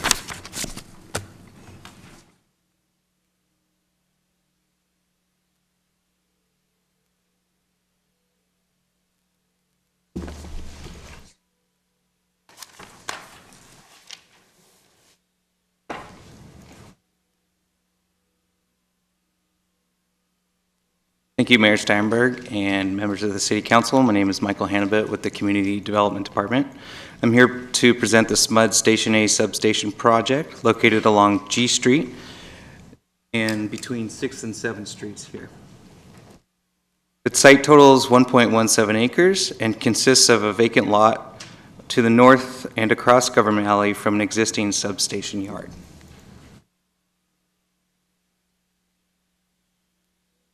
Project would construct a new yard and for substation equipment, a new control building for the substation, 2 new pocket parks, and sculptural elements on the walls and surrounding the yard. On January 12, 2017, by a unanimous vote, the Planning and Design Commission made a formal recommendation of approval to the City Council. Staff has also since worked with SMUD on design and lighting refinements before bringing the item to Council for final approval. Staff requests the City Council approve the following entitlements: a transmission facilities permit for the substation, site plan design review for the new control building, screening walls, and pocket park locations, and a tree permit to remove 2 private protected trees. Staff supports the project as conditioned because it is consistent with the general plan and zoning, allows for continued downtown development with enhanced electrical transmission capacity, and provides a unique design for a project of this type. And that concludes my presentation, and I would now like to introduce Steve Johns with SMUD to give a brief presentation as well. Thank you so much. Mr. Johns, briefly. Good evening, Mayor and Council. Steve Johns with SMUD. We also have several SMUD staff here with us. Mike Dice, who's in charge of our substation assets, and Jamie Cutlip from Government Affairs. Just wanted to briefly thank city staff, especially Michael Hannibit and Design Director Bruce Monaghan for their assistance in getting this project through to this point. We're very pleased with the design. A lot of that goes to our design team, Alicia Moniz and Jennifer Harris from Moniz Architecture, and Michael Sestak from Sestak Lighting Designs. We think we have a project that not only will ensure that Sacramento has reliable electricity going forward and we can accommodate growth, but also that has a lot of visual interest and really meets the city's desire to have something that's unique and that stands out in the edge of the rail yards. If you have any questions, we're happy to answer them. Thank you so much. I know we have one member of the public who wants to testify, and then we have 2 council members up, and then I think we can address the item. The speaker is Mac Elworthy.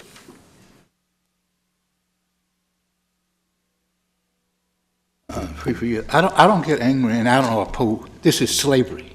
This is simply slavery. You own the SMUD. You don't get no community input. You make decisions. disaster. You say you got 500,000 people here. What was the percentage of the input from the community? None.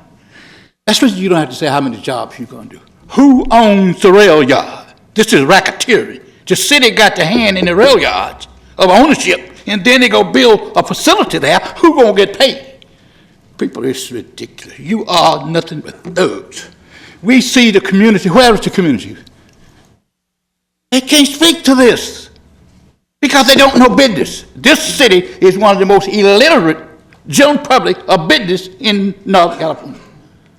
The 500,000 people you see, they cannot ask the questions. This is not capitalism. This is slavery, what you're doing. We're going to go do it, what we got going. Because we own SMUD. When was the last audit of the operation? Finance income of SMUD. You never had it over the 3 years I've been here. Carl was out there on the board. When was the last audit of the finance? We had audit on the policy, but we talk about the finance. You only have to show a finance statement, and I can figure that out myself. What you going to employment? How many jobs are you going to put in this thing? People, you're going to have to quit lying to the general public sooner or later. This is worse than racketeering. This is straight out lying. This ain't about political. This is straight out lying to the people and don't want the general public to have the job. This is friendship jobs. You know what it is. This is bias to hiring. You place who you want on those jobs. That's what you do. This should be the program for young men like my nephew that got killed with hit and run out there. Time is up, Yeah, sir. I mean, your Thank you. time going to be up soon too, sucker. Well, maybe. Go ahead. Okay, Councilmember Harris. Thank you, Mayor. First, I'd like to thank Steve Johnson, Jamie, the SMUD staff for working on the design of this piece of functional infrastructure that's greatly needed in the city. I really appreciate your attention to detail and your willingness to revisit the design, to go over it so that it better reflects, the desires of the neighbors, and working with the council members to come up with what I think will be a really great product. I look forward to this getting built as soon as possible, and I'd like to move both aspects of the staff recommendation. Thank you very much, seconded by Councilmember Guerra and Councilmember Hanson, I think. I was going to third it. Go. Councilman Hanson, thank you. Thank you, Mr. Mayor. I will third that. Mr. Guerra loves power, especially the electric type. I just wanted to echo the comments of Councilmember Harris. This is in his district, but it's very near my neighborhood, and I got a lot of feedback from residents about the original design. And I appreciate SMUD went back, and I think diligently over the last few months, gave us what is not just an adequate project, but a phenomenal project. Your board, your management should be extremely proud of this, and I think it rises to the best level of Substation A, the original building that's being replaced here, which is a work of architecture consistent with its period and still holds its ground as an important piece of Sacramento history. I think what you're doing here is very similar. It contributes to the public through the plaza, through the art, through the lighting, thanks to the work with Michael Sestak. And I think over time, this will be something that people will want to visit, to see, and will become an integral part of our downtown, just like Substation A's building is. And it's only because of a lot of hard work that you all did on the project. So I'd also like to thank Bruce Monaghan for a lot of time spent on this and for putting up with the ideas that we kept sending all of you. Your graciousness is much appreciated. So I will gladly support the project. Thank you so much, Councilmember. Oh, right. The staff recommendation has been moved and seconded. All in favor, please say aye. Aye. Opposed, abstain. That passes. Again, 9-0. We now move to file item 13.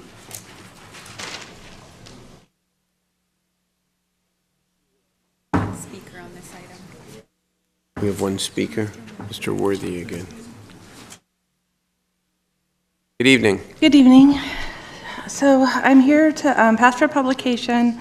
We'll pass a resolution of intent to amend the contract between the City of Sacramento and the Board of CalPERS to reflect an agreed-upon cost share for the City of Sacramento Exempt Employees Association member.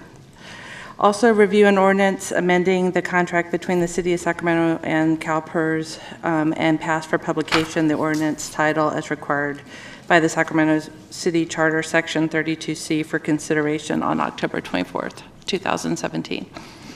This is in regards to the 1% additional that the employees pay for SCXCA, the bargaining group for the management employees.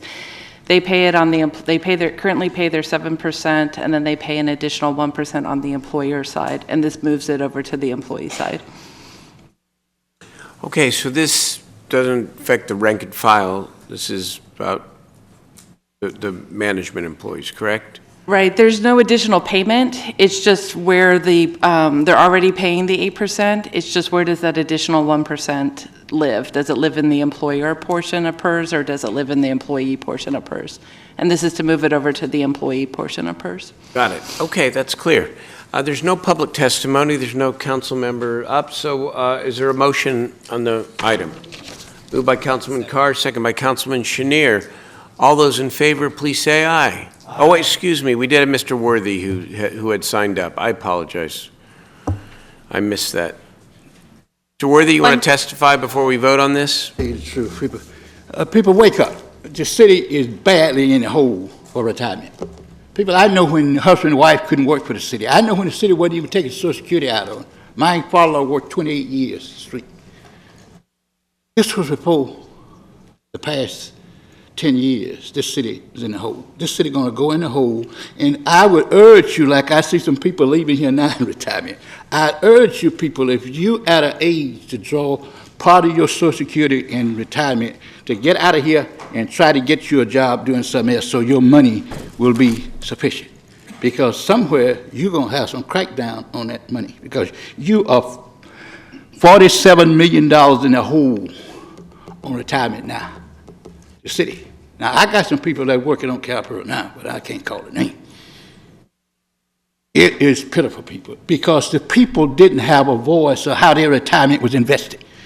You could have invested, business-minded people working for the city, you didn't have that.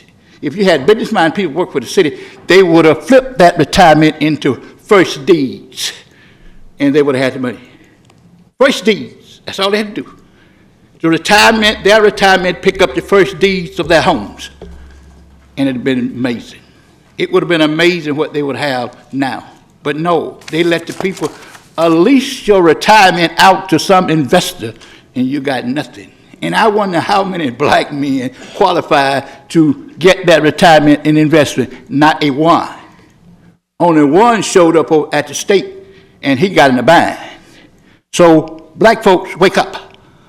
You need to use public funds to invest and make money here, because you are being pimped to the cross. To vote for me because you are non-profit. Drop the crumbs and they clap their hands.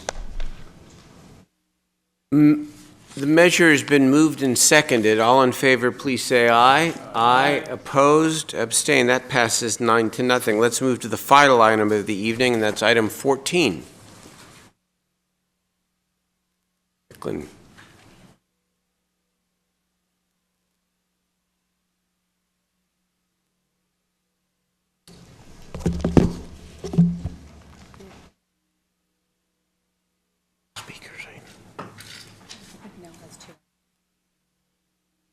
Go ahead. Do I need to do anything different to get the screen to pop up? Oh, okay. Good evening, Mayor and members of council. My name is Justin Eklund. I'm a captain with the police department, and I oversee police operations in the central city. Tonight I'm here to present a request to update 2 items in the existing code, which requires property owners of buildings that have been vacant for longer than 45 days to barricade alcoves that have a depth of 4 feet or greater. This ordinance was originally adopted decades ago, recognizes that alcoves to vacant buildings regularly draw concerns from the community because of trash, debris, and the environmental hazards left behind. Concerns for fires and individuals with bad intent using them as an ambush point to rob someone draws constant concern from public safety officials. Often lighting on vacant buildings can be minimal or non-existent, making them ideal locations for this activity. Our business improvement districts expend daily financial resources trying to keep these spaces clean and safe for the community. The police department and other city officials earlier this year toured approximately 20 unoccupied buildings with alcoves, which had been identified as problem locations. About half of these alcoves were just inches short of the 4-foot requirement required under the existing code. So based on that, our request is to modify the depth requirement of the ordinance to 3 feet or greater as requiring action from the property owner. The second modification is to request modifying the materials used to do this by the property owner. Currently, plywood is the only material allowed under the ordinance, and we've had property owners in different parts of the central city use wrought iron to barricade their alcoves, and although it's against existing city code, it looks good, and we feel it's only reasonable to allow property owners the choice based on their property, the choice of the 2 materials to do that. So the 2 modifications are, again, reducing by 12 inches the existing depth requirement and allowing wrought iron in addition to the existing plywood code. And I just have a couple pictures up here of what the plywood barricade looks like and a sample of what the wrought iron option looks like. And so with that, I'll open it up to any questions. I don't know if there's public testimony on this. We have 7 people signed up, but they're the folks who have already testified 3 times on various matters. And I guess under the council rules, they can testify a 4th time. So let's go. My first speaker is Braden Murphy, Eric Crane, and then Jamison Parker.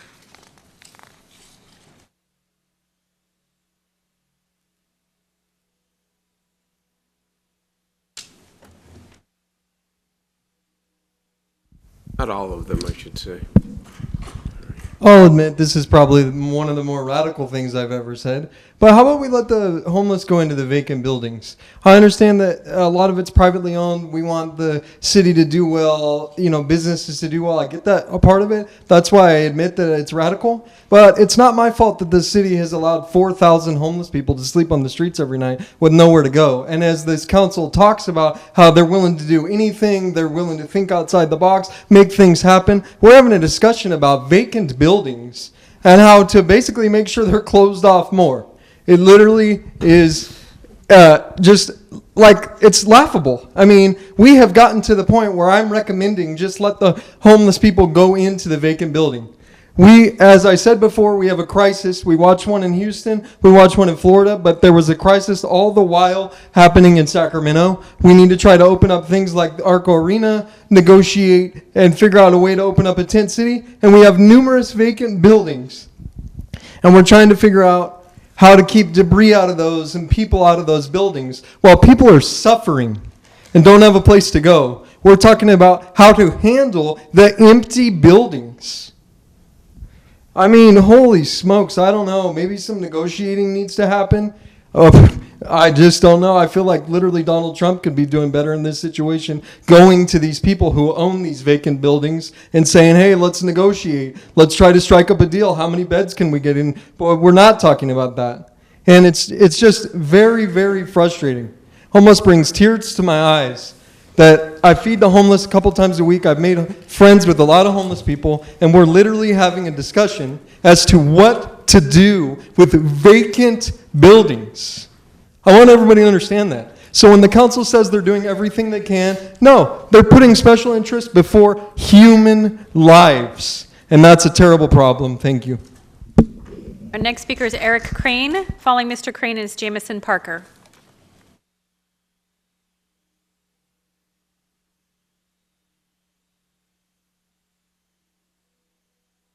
With the Downtown Sacramento Partnership.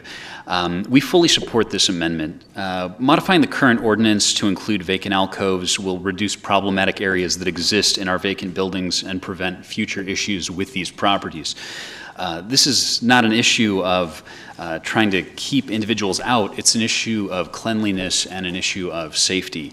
Our Clean Streets teams work around the clock. They work hard to keep downtown clean and safe and inviting, and this ordinance will assist them in ensuring that those alcoves are clean and manageable. Unfortunately, alcoves accumulate a tremendous amount of debris, trash, and even human waste, and so anything we can do to keep our downtown cleaner and more safe is critical. So we support policies that will improve the quality of life for downtown residents, visitors, businesses, and property owners, and this ordinance does just that. So thank you. Thank you very much. Next speaker is Jamison Parker, and then Fago. Good evening, Mayor and council members. Jamison Parker with the Midtown Association. I sense the urgency, so I'll be very brief. In short, these amendments proposed in this item, in tandem with some of the other city codes that we have regarding vacant buildings, will help reduce some of the blight, illegal dumpings, and other health hazards that are associated with some of the vacant nuisance properties that we have. With that, we just urge you to approve the recommendations in item 14. Thank you. Thank you, Jason. Thank you. Next speaker is Fago, and then Mackworthy. I don't see Fago. Mackworthy, and then Jeffrey Tartaguia. I don't see, there's Jeff. Got. So Mr. Worthy, and then Jeffrey. I think Mr. Worthy was next, although I think it would be nice if he let you go first, but it's just me. The fact is a vacant building.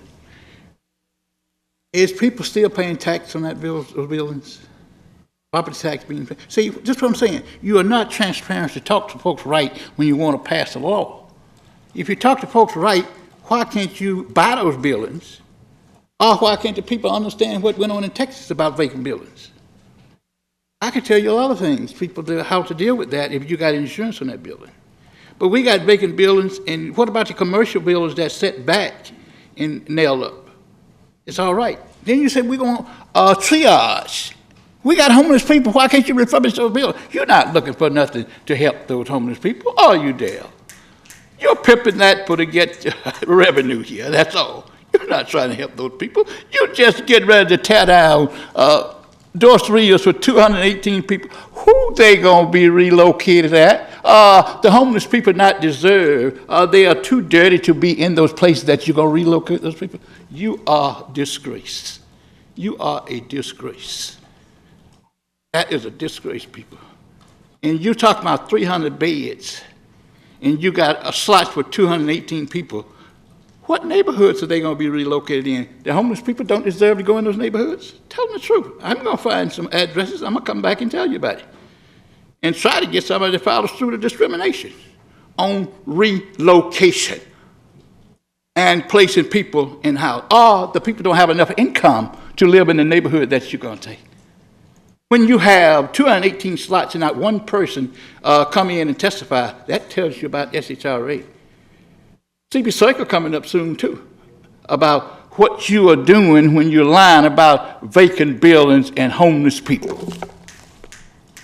Next speaker is Jeffrey Tartaguia, and then Lorraine Brown. Well, Mayor and Council, this is one that I will tell you right now, you will have unintentional consequences.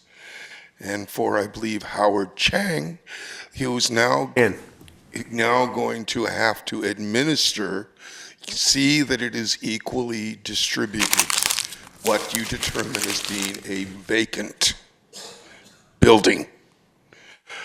The other thing I will alert you to is if you have not looked at what Los Angeles had with the iron rod, as well as what happened in Inglewood, you would do well to examine these things that have occurred in the past as you propose replacing, shall we say, plywood with a new substance. Again, I will offer to you unintentional consequences, people. Would have testified last week, but fortunately when I went to pull your agenda last week, I fell down outside, because you are doing in consequences that you will regret in the future.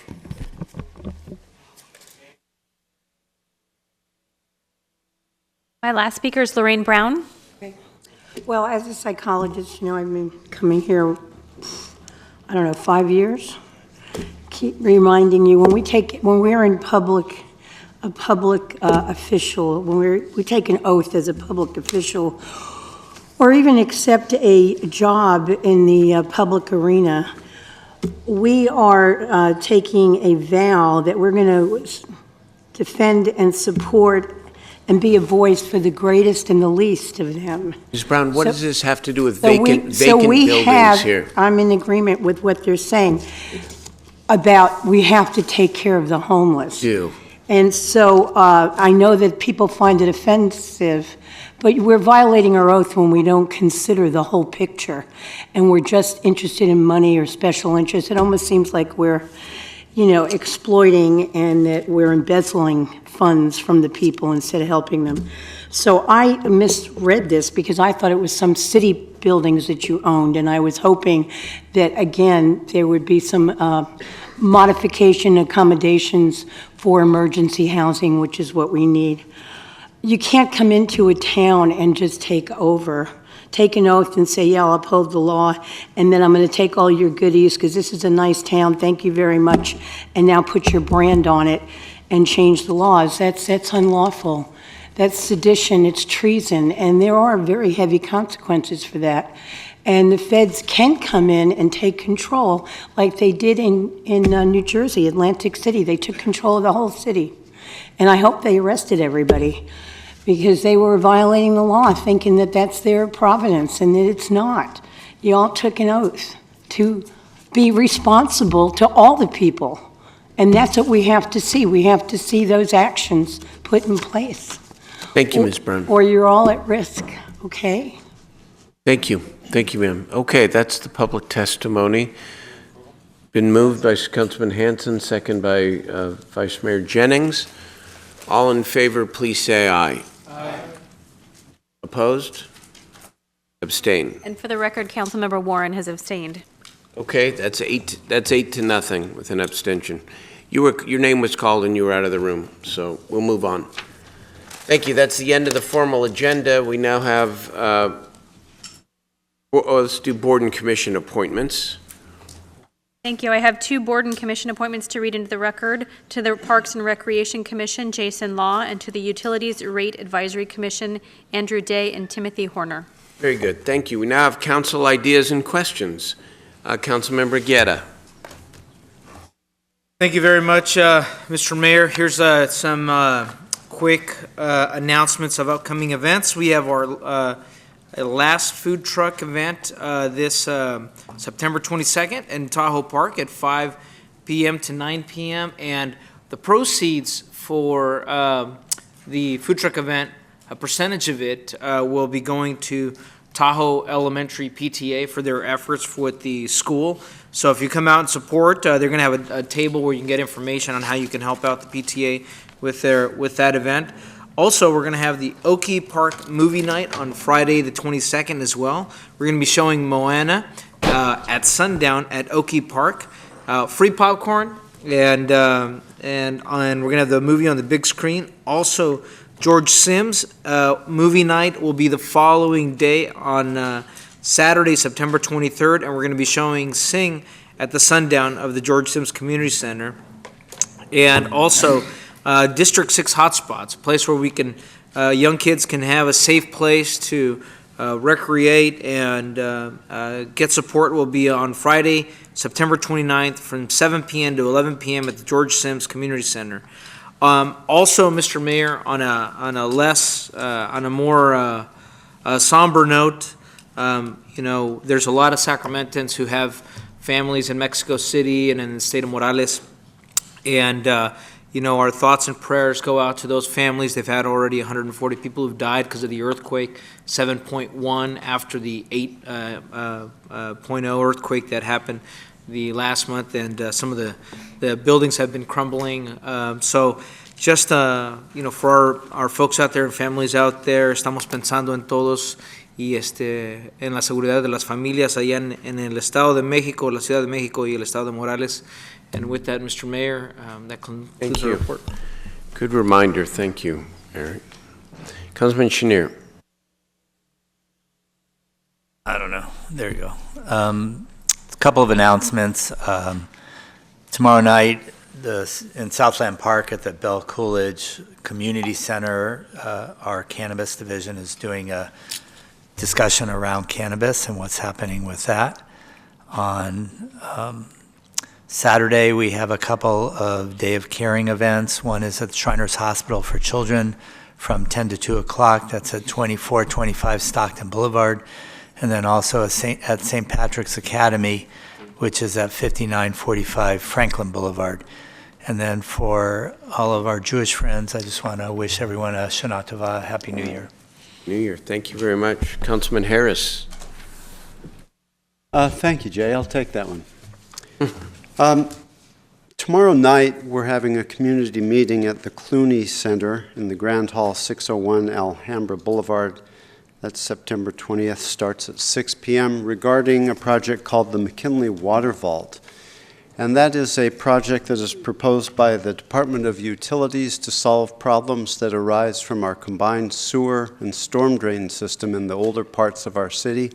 We'll be there to explain the project, where it is in the design phase, and to answer any and all questions that come from constituents. The Natomas Community Association meeting is tomorrow, September 20th, 6:30 p.m. at the South Natomas Community Center. That's 2991 Truxell Road. And finally, the River Park Neighborhood Association meeting is Thursday, September 21st, 7:30 p.m. at Fremont Presbyterian Church, room E210 at 5770 Carlson Drive. Thank you, Mayor. Very good. Thank you very much, Councilman Harris. Vice Mayor Jennings.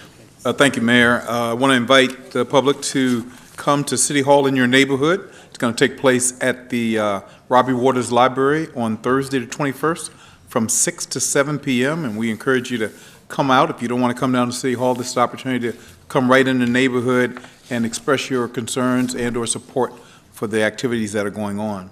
Also on Saturday the 23rd, T-Mobile will have a ribbon cutting. It's going to take place at 7600 Greenhaven Drive, Building A. The kickoff will be at 12 p.m. We encourage you to come out and welcome T-Mobile to our community, and it will be a family-friendly event and giveaways and entertainment for all. And then finally, the JFK band is going to go from California to Washington, D.C. For the Memorial Day Parade. And in order to raise money, I'm sponsoring a JFK ice cream fundraiser, so you can come out there and help raise money for them to be able to make this trip. It's going to take place on Saturday at 7:30 p.m. at John F. Kennedy High School. This will be an opportunity for family and friends to come out, see the band practice, see what DC is going to see when they go there. So we encourage you to come out to the ice cream social to raise money for the kids to be able to go to Washington, D.C., an experience that I encourage all kids to do since I grew up in Washington, D.C. Great city. A lot to learn. Thank you. Councilman Hanson. Hi, Mr. Mayor. I have one item for the city manager. And I apologize, Howard, I didn't get a chance to talk to you about this in advance. There's been a lot of conversations lately about public restrooms and where they're appropriate and where they're not.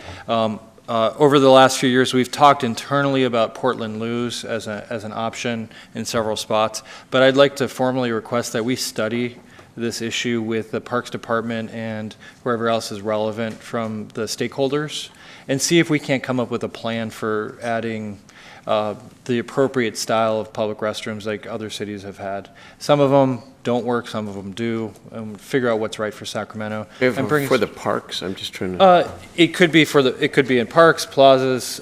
We have city facilities that are open, county facilities that are open, but let's identify what's available now, what's not, where we have gaps, and then just come back with a recommendation. It can be a report back, or it could be a formal recommendation. But I think it's time we just try to resolve some of those questions about what we're doing and how we're doing it.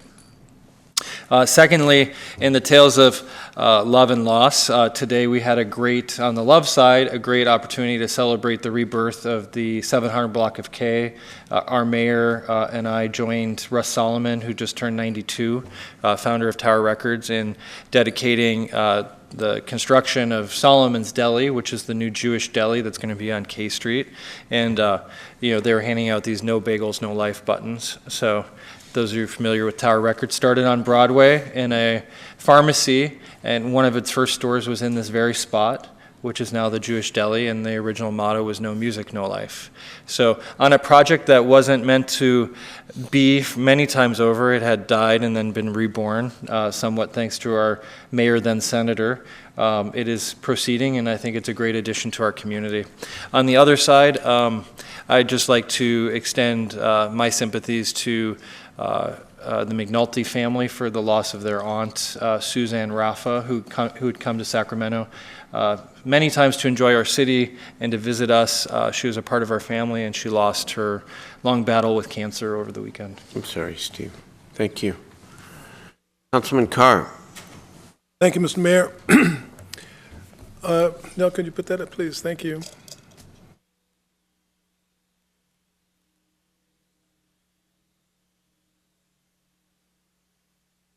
On Saturday, the 23rd, we're having our second annual Latino Community Festival. The Latino Advisory Committee that we established a couple of years ago has been helping us put this together. This is to reach out to the Latino community in Sacramento. Mayor, I think you went last year to the Latino Festival. I did. And, yeah, it was great. Councilmember Guerra came. We're going to have about 46 vendors there. Entertainment all day long, starts at 11 and ends at 3. It's going to be on the corner of Center Parkway and Tangerine in Nielsen Park. We will have raffle prizes, funds, games, health, school resources, everything that you need to know to get ahead in Sacramento will be there.